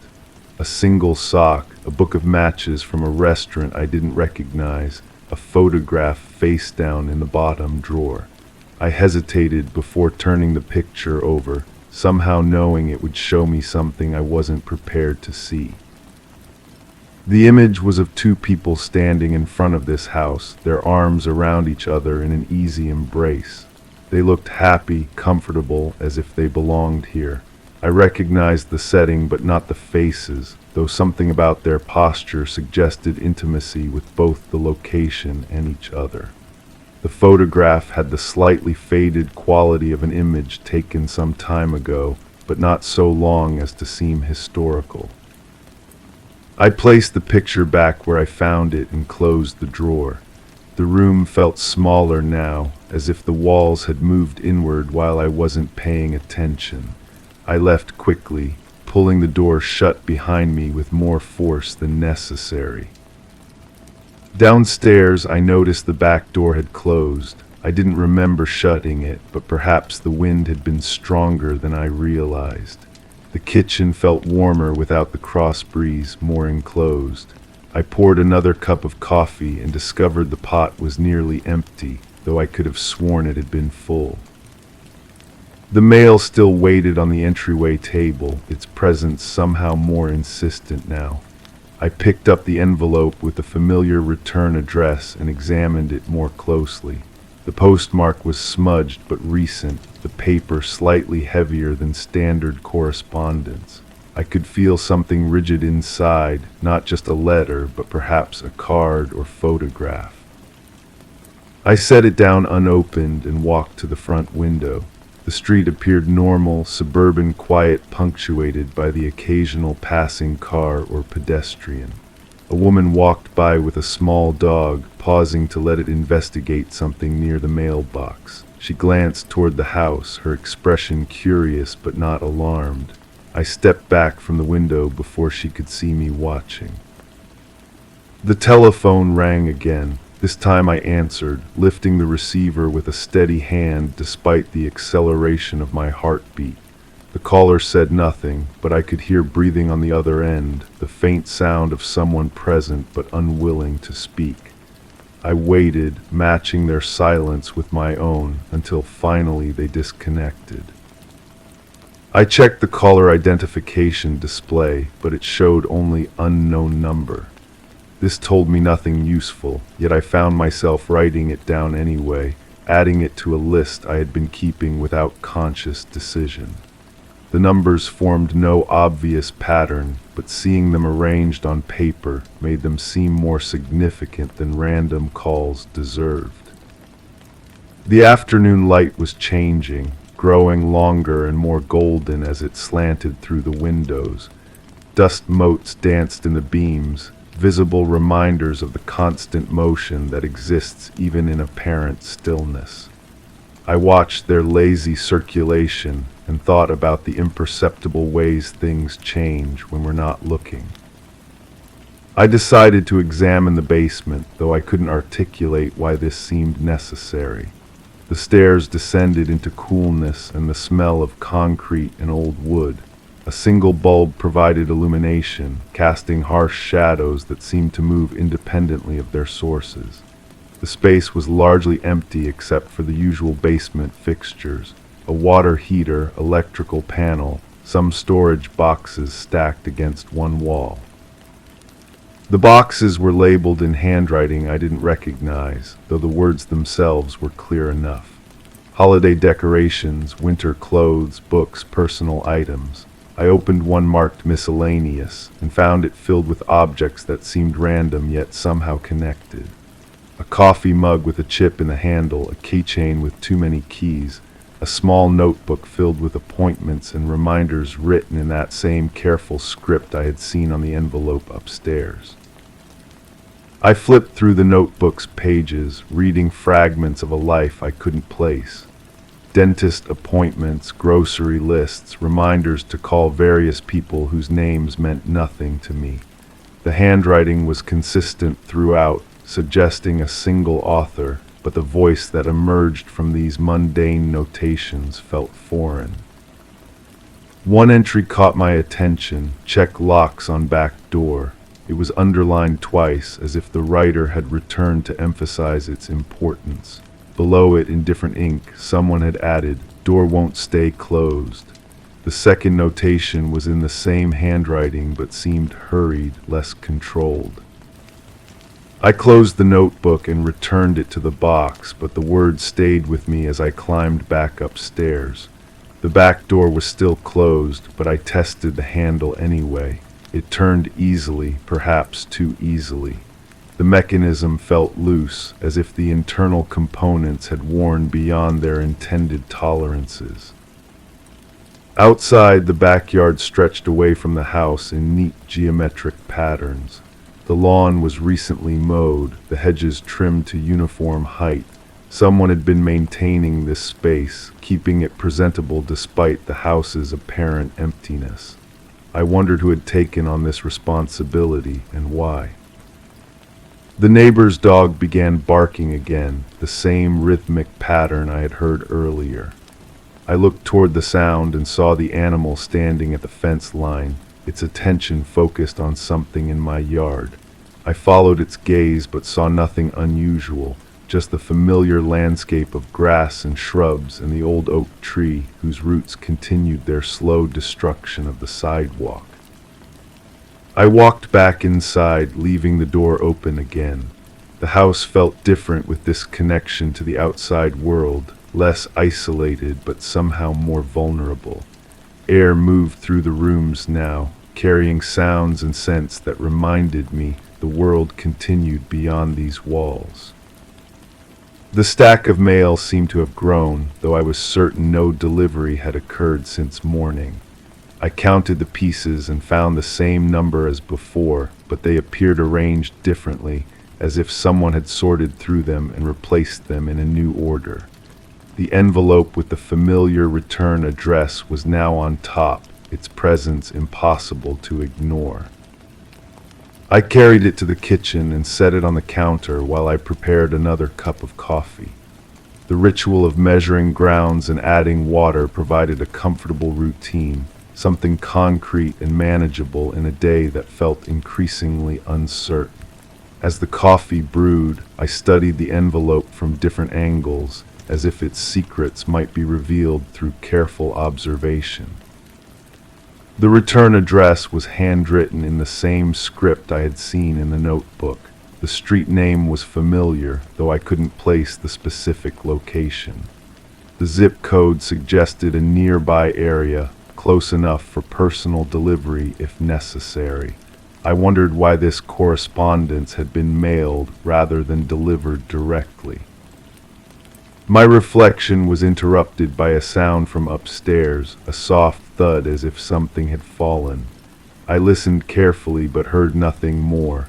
Old houses settle constantly, their joints and supports adjusting to changes in temperature and humidity.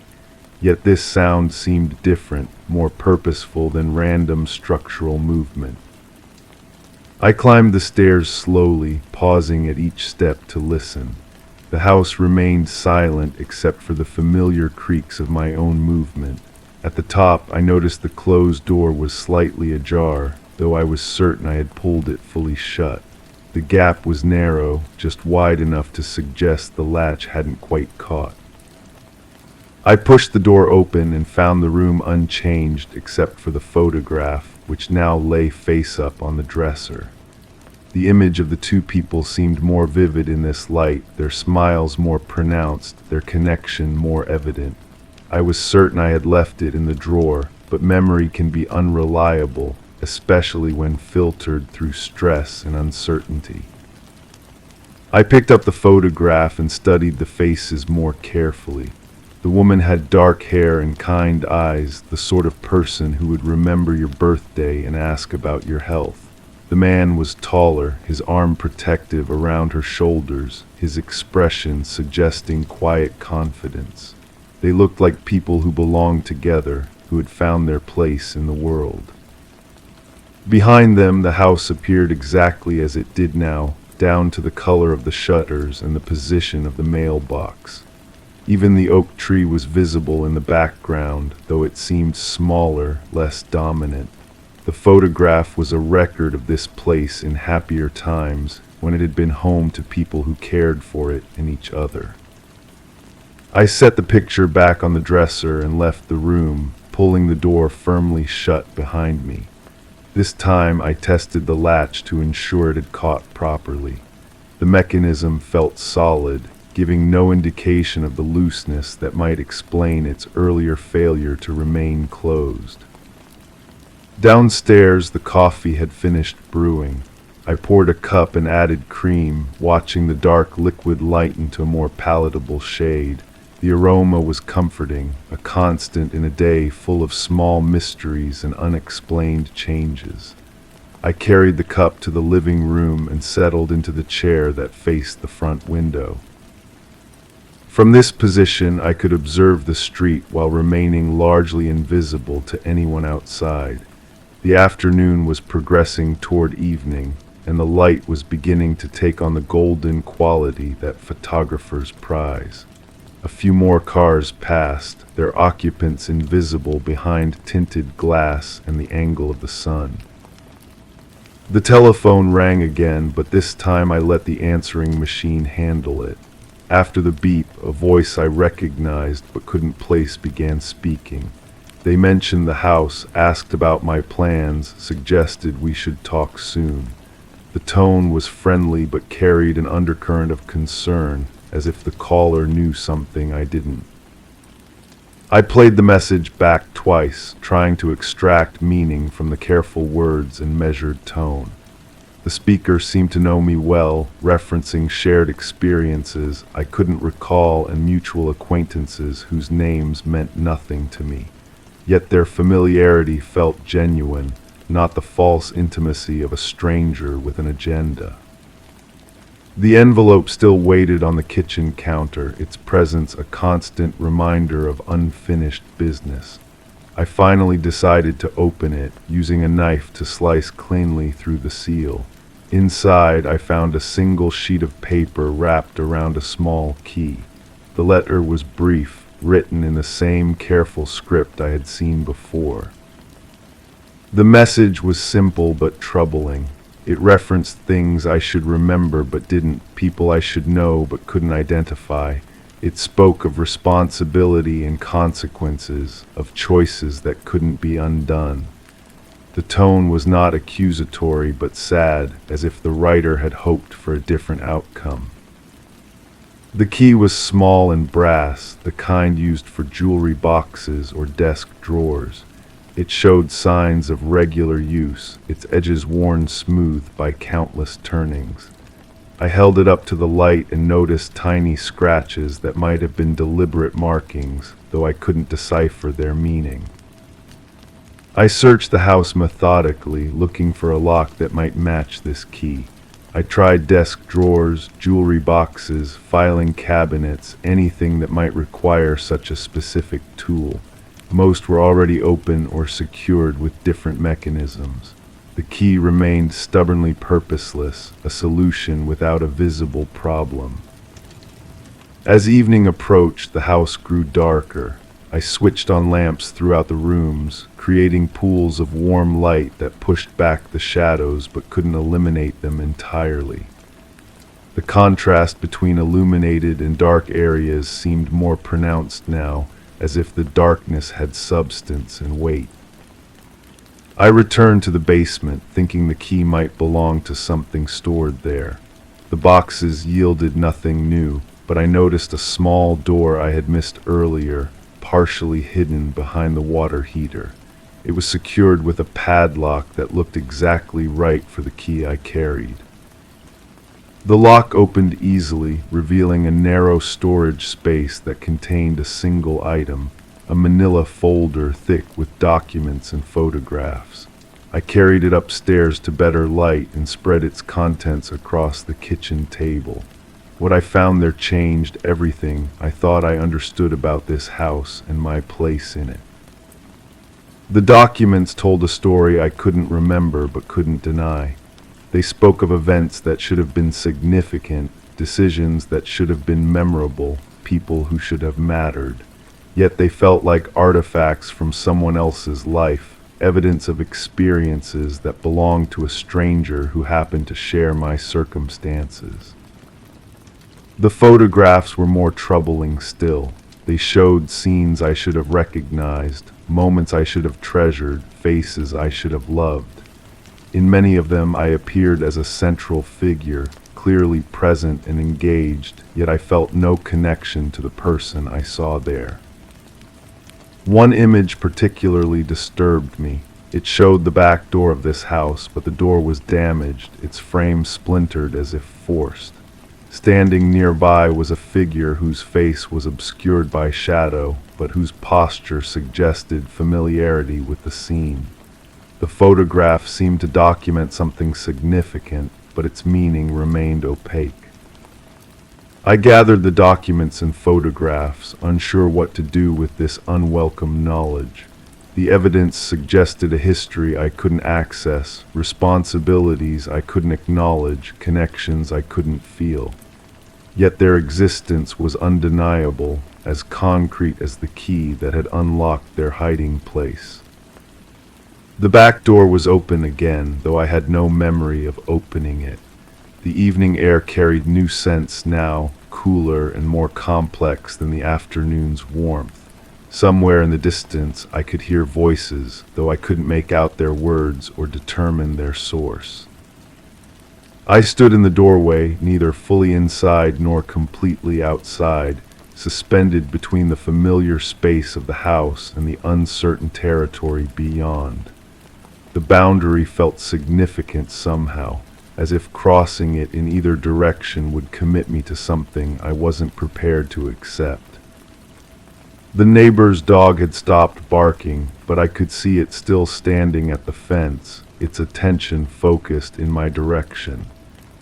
Its stillness seemed more unsettling than its earlier agitation, as if it were waiting for something to happen or someone to appear. I closed the door and tested the lock, finding it as loose as before. The mechanism would need repair or replacement, but such maintenance seemed pointless now. Some things I was beginning to understand were meant to remain open, regardless of our preferences or fears. The house settled around me as darkness completed its claim on the day. The familiar sounds of cooling wood and adjusting joints provided a comforting rhythm, but underneath them I detected something new. The soft whisper of air moving through spaces that should have been sealed, the gentle rustle of papers disturbed by breezes that shouldn't exist. I returned to the living room and sat in the chair by the window, though there was little left to see outside. The street lamps had come on, creating circles of light that emphasized the darkness between them. Occasionally a car would pass, its headlights briefly illuminating the scene before moving on to destinations unknown. The documents lay spread across the kitchen table, their revelations waiting for me to return and confront them.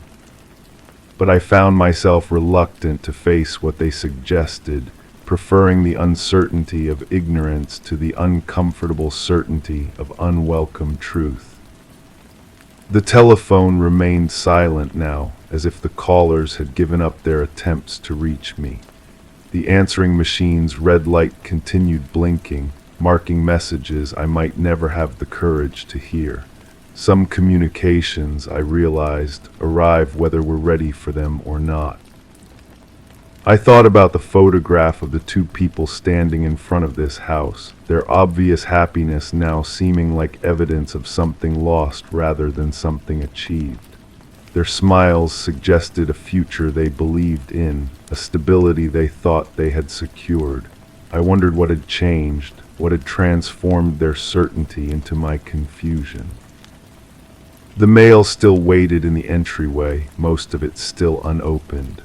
I realized now that avoiding it had been pointless, that the information it contained would find me regardless of my willingness to receive it. Some truths have their own momentum, their own timeline for revelation. As the night deepened, the house seemed to breathe around me, expanding and contracting with each shift in temperature and air pressure. I could feel its history in the walls, the accumulated weight of all the lives that had played out within these rooms. My presence here was just the latest chapter in a story that had begun long before me and would continue long after. The back door stood slightly ajar again, its persistent opening now seeming less like mechanical failure and more like invitation. The darkness beyond the threshold was complete, offering no hint of what lay waiting in the yard or beyond, yet it called to me with a pull I couldn't explain or resist. I walked to the kitchen and stood before the open door, feeling the cool night air on my face. The scent it carried was familiar now, though I still couldn't identify its source. It spoke of earth and rain and growing things, of cycles that continued regardless of human understanding or participation. The documents on the table rustled softly in the breeze, their pages lifting and settling like living things. I knew I would have to read them eventually, would have to confront whatever truth they contained. But not yet. Some revelations require preparation, a readiness that can't be forced or hurried. I left the door open and returned to my chair by the window. Outside, the world continued its quiet business, indifferent to my struggles with memory and identity. The street remained empty except for the occasional passing car, their occupants invisible behind glass and darkness. The house held its secrets close, revealing them only gradually and on its own terms. I was beginning to understand that my role here was not as master but as guest, permitted to stay only as long as I respected the boundaries that had been established long before my arrival. The night stretched ahead, full of possibilities I couldn't predict and truths I couldn't avoid. Somewhere in the darkness, answers waited for questions I wasn't yet ready to ask. The back door remained open, patient and persistent, offering passage to understanding I might never be prepared to accept. Story 8. The curtains, always drawn just enough, revealed a sliver of moonlight that shouldn't have been there. The room held its breath, every object in its place, yet each seemed to lean in, listening. A clock ticked, insisting on marking time that refused to pass. I watched the shadows stretch across the floor, reaching longer than they should. Each second felt heavier, pulling at the seams of my patience. The air whispered secrets too softly to catch, too urgent to ignore.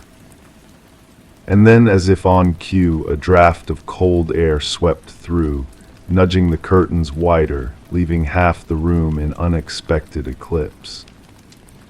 I keep returning to that night, though I'm not certain which night it was anymore. They blur together like watercolors in rain. The sound of footsteps on gravel outside measured, deliberate, or perhaps it was my own heartbeat echoing against the walls. Memory has a way of rewriting itself, doesn't it? Each time I revisit the scene, something shifts. A detail sharpens while another fades. The curtains were blue, I think, or green, dark enough to hide what needed hiding. The phone call came during dinner. Cold soup, forgotten bread. Her voice trembled through the receiver, words tumbling over each other like stones down a hill. She needed to see me. Tonight, something about the way she said it made my spine straighten, made the ordinary room feel suddenly fragile. I drove through empty streets, past houses with glowing windows that looked like eyes. The radio played static between stations, a white noise that matched the buzzing in my head. When I arrived, her car wasn't in the driveway. The porch light flickered, casting unstable shadows that danced across the welcome mat. I waited 15 minutes, 20. The kind of waiting that makes you question whether you heard correctly, whether you understood the plan. Inside, everything appeared normal. Coffee cups in the sink, yesterday's newspaper folded to the crossword puzzle, half finished, 7 across, guilty of deception.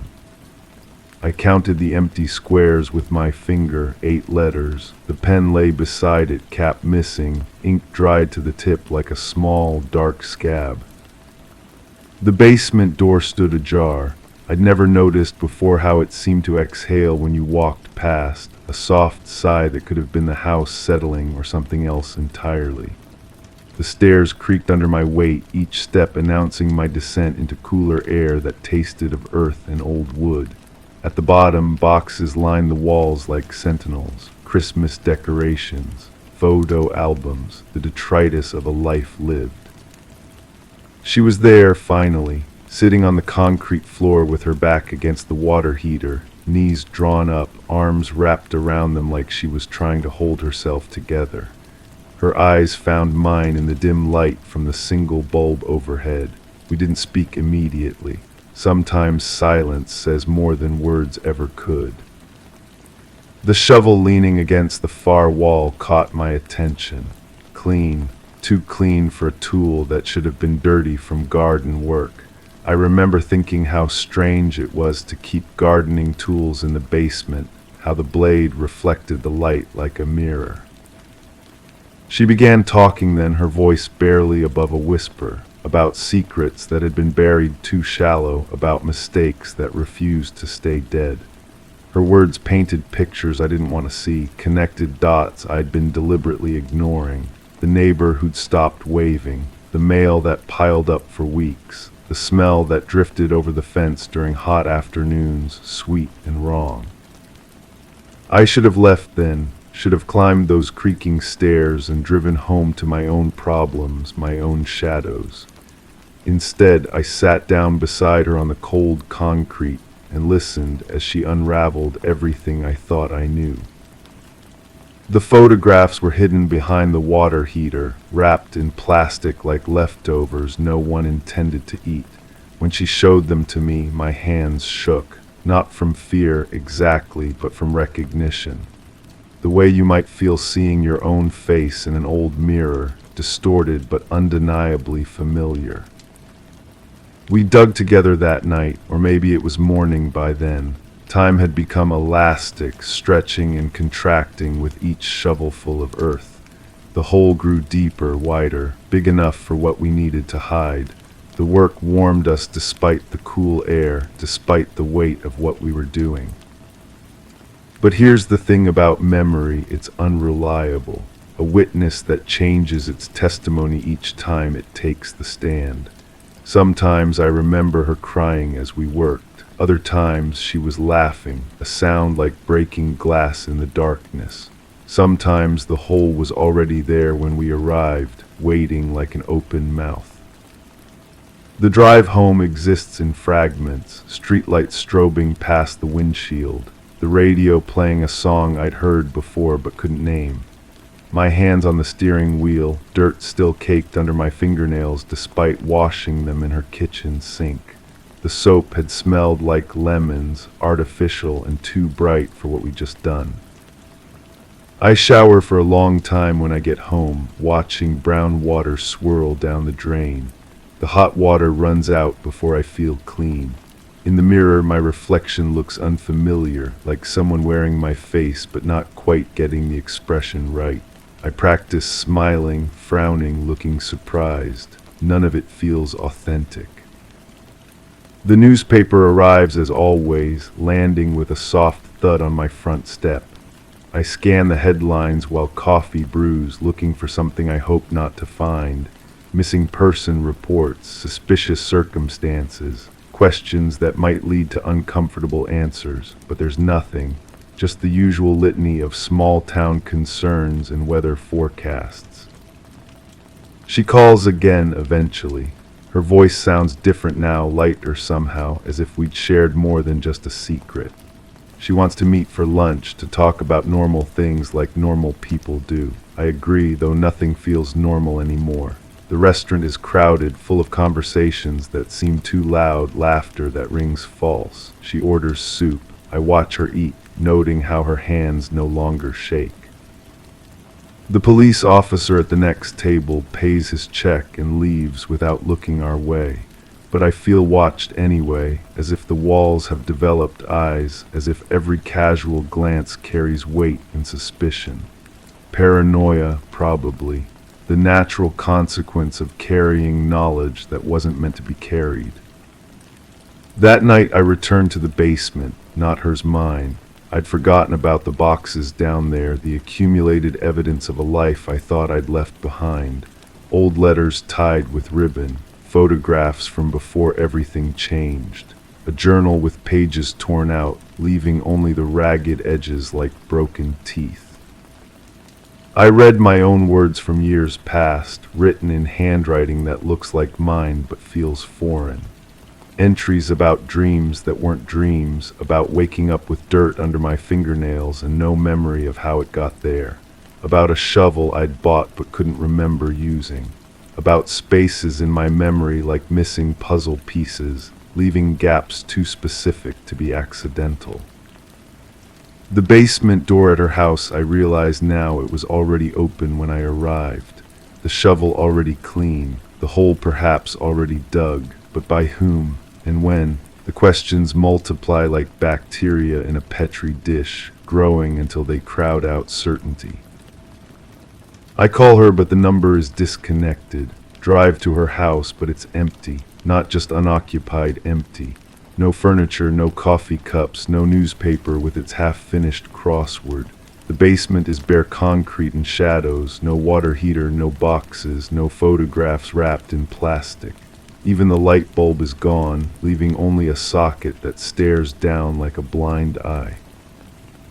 The realtor's sign in the yard says the house has been vacant for months.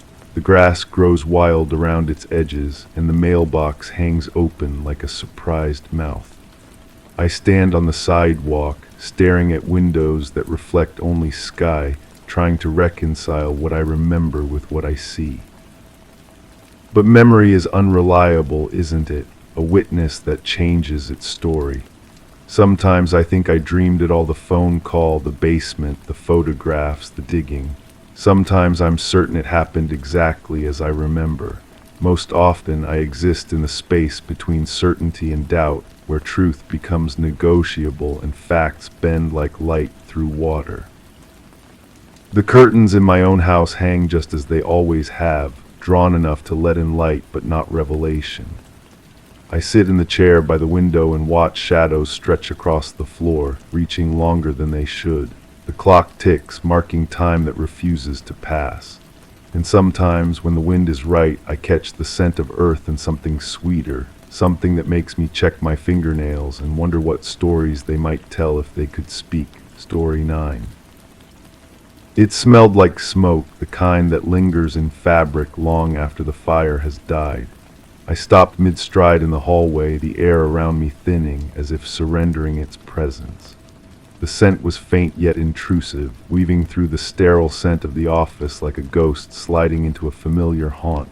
Nothing here should carry that trace, not among the metal desks and fluorescent lights. I moved toward the source, drawn toward the window where shadows played without shape. The smell thickened as I neared, fraught with an urgency I couldn't place.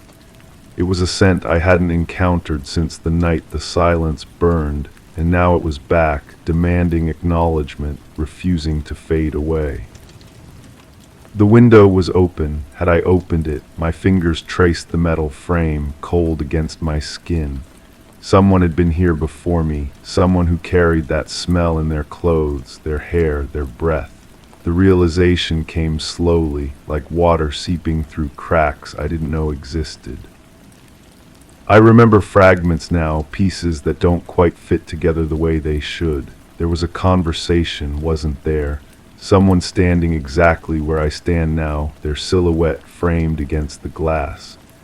They were saying something important, something I needed to remember, but the words dissolve whenever I reach for them. You know what happened that night. The voice echoes in my head, but I can't place who said it or when. Was it recent? Was it years ago? The smoke smell grows stronger, and I realize I'm holding my breath. The office looks different in this light. The familiar becomes foreign, like walking through your childhood home and finding all the furniture rearranged. My desk, the one I've sat at for so long, seems positioned wrong somehow. The chair faces the window at an angle that makes no sense. Who moved it? When? I try to reconstruct the sequence of events that brought me here, but the timeline fractures. There was a phone call, I think, someone breathing on the other end before hanging up, or maybe that was a dream. Maybe all of this is a dream, and I'm still asleep somewhere else, somewhere safe. But the smoke smell is too real, too specific. It carries weight, memory, guilt. The file cabinet in the corner draws my attention. I don't remember that being there before. The metal surface reflects the fluorescent lights in harsh lines that hurt to look at. Inside, I know there are documents I've never seen, papers that explain everything and nothing at all. My hands shake as I reach for the handle. The drawer slides open with a sound like a sigh, like air escaping from somewhere it's been trapped too long. The folders inside are labeled in handwriting I recognize but can't identify. My own, someone else's. The letters blur together when I try to focus on them. There's a photograph tucked between two manila folders. I pull it out carefully as if it might crumble at my touch. The image shows a room I've never been in, or maybe I have. The walls are dark, the corners lost in shadow. In the center, barely visible, is a chair. Someone is sitting in it, but their face is turned away from the camera. That's where it happened. The voice again, clearer this time. I spin around, but the office is empty. The fluorescent lights hum their electric song, indifferent to my confusion. The smoke smell has faded, or maybe I've gotten used to it. Maybe it was never there at all. I look at the photograph again. The chair in the image is identical to the one behind my desk, the one that's facing the wrong direction. The realization crawls up my spine like ice water. How long have I been working here? How long have I been sitting in that chair, staring out that window, breathing in that smoke? The phone on my desk rings. The sound cuts through the silence like a blade, sharp and demanding. I let it ring once, twice, 3 times before reaching for it. My hand hovers over the receiver. I know that if I answer, someone will tell me something I don't want to hear, something I've been running from. The ringing stops. The silence that follows is heavier than before, pregnant with unspoken truths. I remember now, or think I do, there was a meeting in this office. Someone sat across from me, their hands folded on the desk between us. They wore a coat that smelled like smoke, like they'd been standing too close to something burning. They asked me questions I couldn't answer or wouldn't answer. The distinction seems important, but I can't grasp why. Tell me about that night. That's what they said, I'm sure of it now. But which night? There have been so many nights, each one bleeding into the next like watercolors in the rain. Some nights I remember too clearly. Others have been scrubbed clean from my memory, leaving only the faint residue of unease. The photograph slips from my fingers and flutters to the floor. When I bend to retrieve it, the image has changed, or maybe I'm seeing it clearly for the first time. The figure in the chair isn't turned away after all. They're facing the camera, facing me, but where their face should be, there's only darkness. I straighten up too quickly and the room tilts. The walls seem closer than they were before, the ceiling lower. The window that was open is now closed, its surface reflecting my own face back at me. But the reflection is wrong somehow. The eyes are too wide, the mouth too tight. I look afraid, but I don't remember being afraid. The file cabinet drawer is still open. I don't remember leaving it that way. Inside, the folders have multiplied. There are dozens now, maybe hundreds, all labeled with that familiar handwriting. I pull one out at random and open it. The pages inside are covered with notes, observations, theories. Someone has been watching, documenting, building a case, but against whom? The words swim before my eyes, refusing to hold still long enough for me to read them properly. I catch fragments, suspicious behavior, inconsistent statements, motive unclear. My name appears on one of the pages, not written but typed like an official document. Below it, a list of dates I don't recognize and times I can't account for. The paper feels cold in my hands, like it's been stored somewhere without heat or light. You were there. The voice is so close now I can feel breath on my neck. I whirl around, but there's no one behind me. The office stretches out empty and familiar, yet wrong in ways I can't articulate. The smoke smell returns, stronger now, mixed with something else, something organic and unsettling. I walk to the window and press my palms against the glass. The surface is warm, as if heated from the other side. Through the pane, I can see the parking lot below, but it looks different. The cars are arranged in patterns that make no sense, and the spaces between them form shapes that hurt to look at directly. There's someone standing in the lot looking up at my window. I can't make out their features from this distance, but I know they're watching me. They raise one hand in what might be a wave or a warning. I step back from the glass, my heart hammering against my ribs. When I look again, they're gone. The folder is still in my hands. I flip through more pages and the story begins to emerge in fragments. There was an incident, an investigation. People asking questions, demanding answers I didn't have or couldn't give. The details blur together, but the shape of something terrible begins to form in the spaces between words. I find a transcript of an interview. The questions are printed in neat, official font, but the answers are handwritten in that same familiar script. My voice, captured on paper, saying things I don't remember saying. I don't recall being there that night. I may have been mistaken about the time. It's possible I was confused. Each response is careful, measured, designed to reveal nothing while admitting everything. The voice on the page sounds guilty even when claiming innocence, especially then. The phone rings again. This time I answer without hesitation, as if my hand moves of its own accord. Hello. Silence on the other end, but not empty silence. The kind filled with presence, with someone listening and deciding whether to speak. In the background, I hear something that might be wind or might be whispering. I know you remember. The line goes dead. I set the receiver down carefully, as if sudden movements might shatter whatever fragile reality I'm clinging to. The smoke smell is everywhere now, soaked into the walls, the furniture, my clothes. I wonder if I've been carrying it with me all along, an invisible mark that others can detect, but I've learned to ignore. The photograph on the floor has changed again.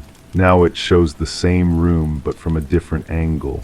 The chair is empty, but there's an impression in the cushion, as if someone had been sitting there recently and just stood up. On the floor beside the chair, something dark and wet reflects the camera's flash. I don't want to look at it anymore, but I can't look away. The image pulls at something deep in my memory, something I've been trying to forget. The harder I stare, the clearer it becomes, until I can almost smell the iron tang of what I'm seeing. But that's impossible. It's just a photograph, just light and shadow captured on paper. It can't smell like anything. Can it? The file cabinet drawer slides shut on its own, or maybe I closed it without realizing. The sound echoes in the office like a gunshot, final and irreversible. Whatever secrets were inside are locked away again, hidden behind metal and silence. I walk back to my desk, to the chair that faces the wrong direction. When I sit down, it fits perfectly, as if it's been adjusted specifically for my body. The view from this angle shows me the entire office, every corner and shadow. It's a position of observation, of surveillance. Or guilt. The window behind me is open again. I feel the air moving across my neck, carrying that persistent smoke smell. Someone could be standing right behind me, and I wouldn't know until they chose to reveal themselves.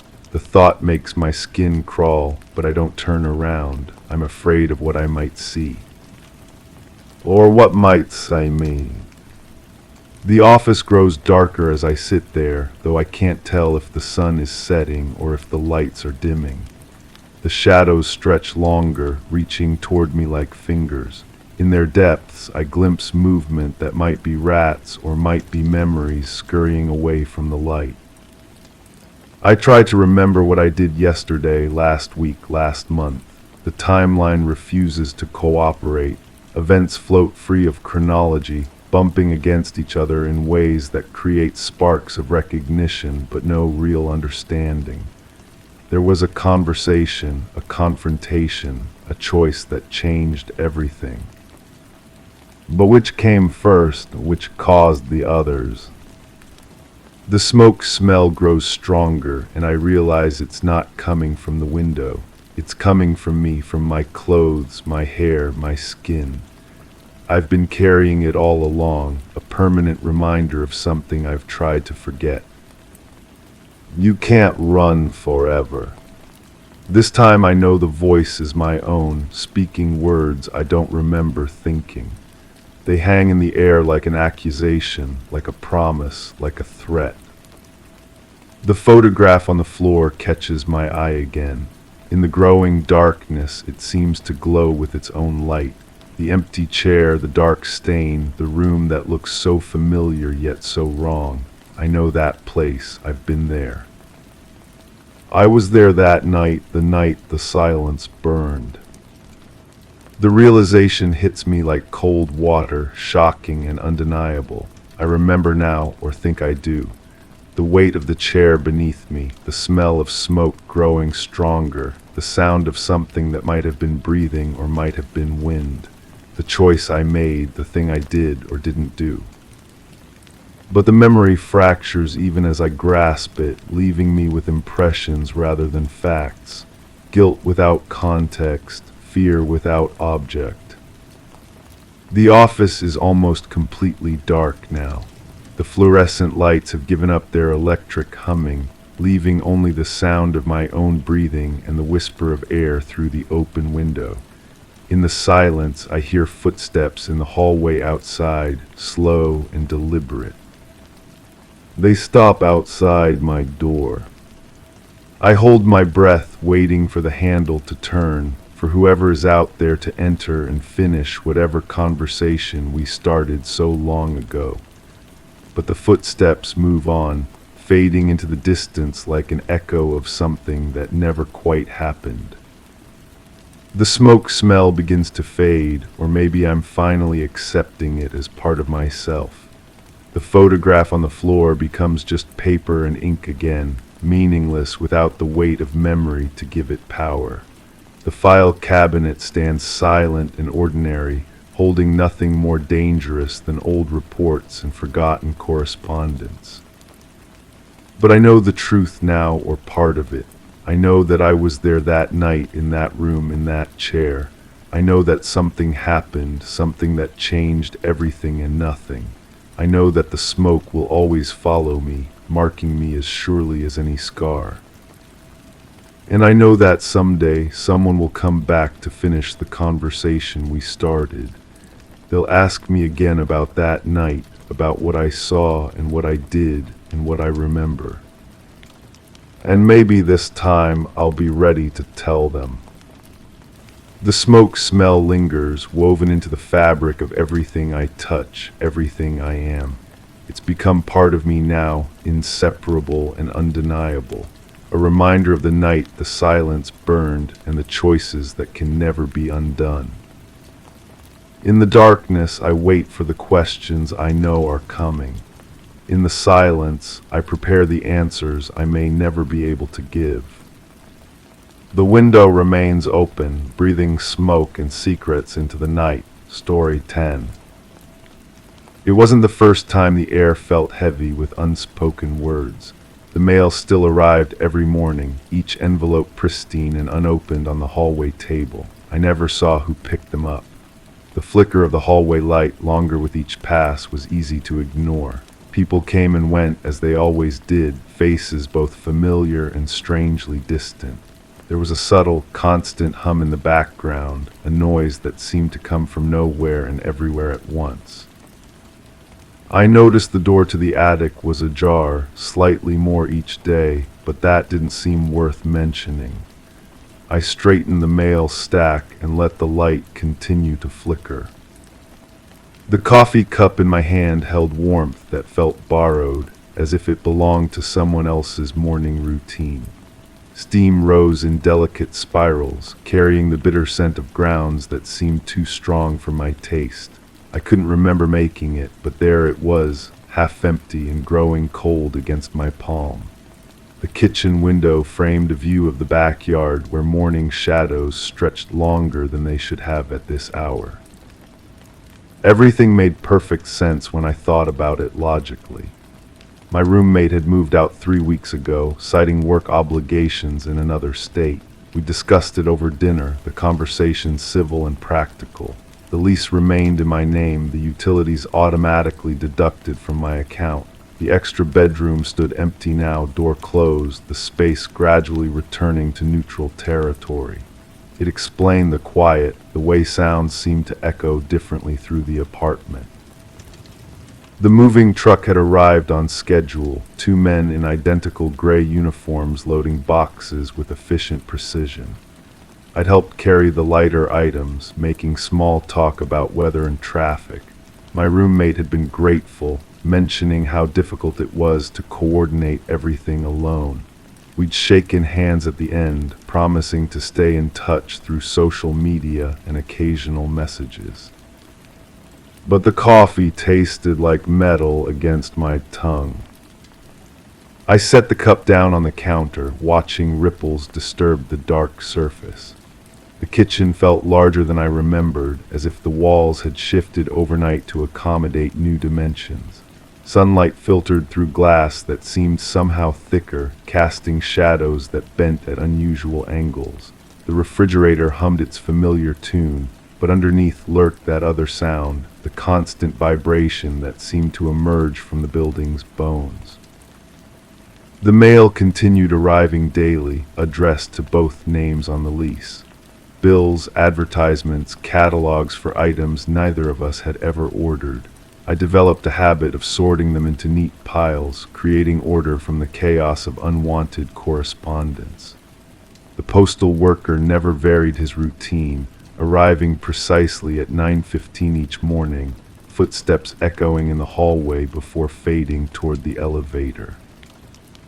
Yet sometimes, in the space between waking and full consciousness, I heard 2 sets of footsteps in the apartment.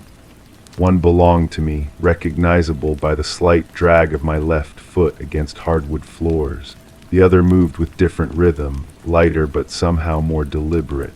These sounds would dissolve the moment I focused on them, leaving only the memory of movement in empty rooms. The attic door troubled me more each day. I'd never paid it much attention before, assuming it led to storage space or utility access like in most older buildings. But now it gaped wider each morning, revealing darkness that seemed to absorb rather than simply lack light. No draft emerged from the opening, no scent of dust or forgotten belongings, just emptiness that felt somehow occupied. I climbed the narrow staircase one afternoon when the sensation became unbearable. The steps creaked under my weight, each sound sharp and isolated in the still air. At the top, I found a space larger than expected, with slanted walls and a single window that had been painted black from the inside. Boxes lined the far wall, labeled in handwriting I almost recognized. Inside the first box, I discovered photographs of the apartment taken from angles I'd never seen. The furniture appeared different, arranged in configurations I didn't remember. In several images, two figures moved through the rooms, but the camera had captured them at the moment of turning away, faces obscured by motion blur or shadow. One figure I recognized as myself, the other remained persistently anonymous. The logical explanation surfaced immediately. My roommate must have been documenting the space for insurance purposes or perhaps creating a record for the security deposit return. People often appeared differently in photographs than in memory, and the unfamiliar furniture arrangements could be explained by the gradual changes that occur in any living space over time. The painted window likely served some practical purpose, blocking harsh afternoon sun or providing privacy from neighboring buildings. But my hands shook as I replaced the photographs in their box. Returning to the main floor, I noticed the scent of cooking food drifting from the kitchen. Something savory and complex, involving spices I didn't recognize. The stove remained cold when I checked, all burners turned to their off positions. The oven showed no signs of recent use. Yet the aroma persisted, growing stronger as evening approached, until it seemed to emanate from the walls themselves. That night I dreamed of conversations I couldn't quite remember having. Two voices discussing plans and concerns, one belonging to me and the other to someone whose presence felt essential but remained just beyond recognition. In the dream, we moved through the apartment together, sharing space with the easy familiarity of long cohabitation. We prepared meals, watched television, argued about minor domestic issues with the casual intimacy of people who knew each other's habits and limitations. I awoke to find two plates in the sink, both showing traces of the meal I'd smelled but never eaten. The days began blending together, each morning bringing the same routine of straightening mail and ignoring the flickering light. But details accumulated like sediment, small inconsistencies that refused to settle into any coherent pattern. The shower drain clogged with hair that wasn't quite the right color. The thermostat showed adjustments I didn't remember making. Books appeared on shelves in different positions, as if someone had been reading them and replacing them carelessly. I started keeping a journal, documenting these minor disturbances in precise, objective language. The act of writing helped maintain some sense of control, creating a record that existed outside my increasingly unreliable memory. But when I reviewed previous entries, I sometimes found additions in handwriting that resembled mine but felt foreign under closer examination. The building's other residents began acknowledging me differently. The woman from the unit below started asking about my roommate's health, expressing concern about the sounds of distress she'd been hearing through the ceiling. The elderly man from across the hall mentioned seeing ambulances in the parking lot, wondering if everything was all right. These conversations felt like scenes from someone else's life, references to events I should remember but couldn't quite access. I assured everyone that my roommate had simply moved away for work. The explanation satisfied them, but their expressions suggested they were humoring me rather than accepting my account as truth. Their eyes held the careful neutrality people reserve for situations they don't fully understand but sense require delicate handling. The attic door now stood completely open, revealing stairs that seemed to descend further than physics should allow. Sometimes I heard movement from that direction, soft sounds that could have been settling wood or could have been something else entirely. The painted window in the upper room had begun showing cracks in its black coating, allowing thin lines of light to penetrate the darkness. Through these cracks, I glimpsed fragments of scenes that made no sense. The apartment as it appeared in the photographs, but occupied by figures whose movements seemed wrong somehow, too quick or too slow, lacking the natural rhythm of ordinary human activity. These visions lasted only seconds before the cracks sealed themselves, leaving me staring at solid black paint that showed no signs of damage. The coffee cup appeared in my hand again one morning, filled with liquid that tasted like copper and regret. This time I was certain I hadn't prepared it, hadn't even entered the kitchen since waking. Yet there it was, warm and bitter and somehow necessary. I drank it despite the metallic taste, feeling it settle in my stomach like a stone. In the mirror above the bathroom sink, my reflection sometimes showed two figures standing side by side. The second figure remained indistinct, more suggestion than substance, but undeniably present. When I turned to look behind me, I found only empty space and the lingering sense of having missed something important by seconds.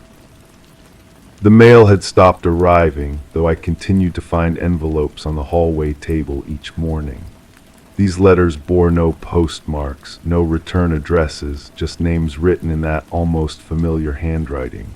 Inside, I discovered fragments of conversations, pieces of a correspondence I couldn't remember participating in but somehow recognized. The topics ranged from mundane domestic concerns to expressions of worry about health and state of mind. One letter contained a single sentence that made my hands tremble. The doctors say the medication should help with the episodes, but I'm not sure you're taking it. I searched the apartment for prescription bottles, finding them eventually in the back of the bathroom cabinet. The labels bore my name but referenced conditions I didn't remember being diagnosed with.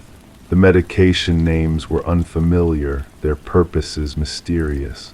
According to the dates, I should have been taking them for months. But I felt fine, confused perhaps, but not ill. The growing strangeness of my situation seemed like a reasonable response to unusual circumstances rather than symptoms of any medical condition. The simplest explanation remained that my roommate had moved away, leaving behind traces that would fade with time. Everything else was just the normal process of adjustment to living alone. Yet I found myself standing in the kitchen at 3 a.m, holding a knife I didn't remember picking up, staring at shadows that moved independently of any light source. The blade reflected my face in fragments, each surface showing a slightly different expression, as if multiple versions of myself were competing for control of the same features. The attic had become a space I visited without conscious decision, finding myself at the top of those narrow stairs with no memory of climbing them.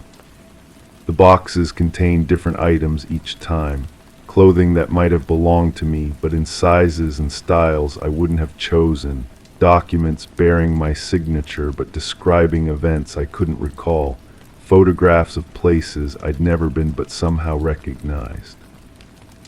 In the deepest box, I found medical records detailing a progressive condition that affected memory and perception.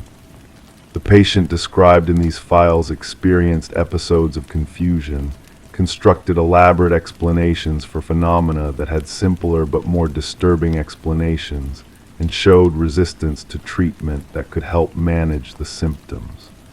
The records painted a picture of someone losing touch with reality so gradually they couldn't recognize the change. The name on the files was mine, but the person described felt like a stranger. I returned to the kitchen where 2 coffee cups now sat on the counter. One held the familiar bitter liquid I'd grown accustomed to drinking.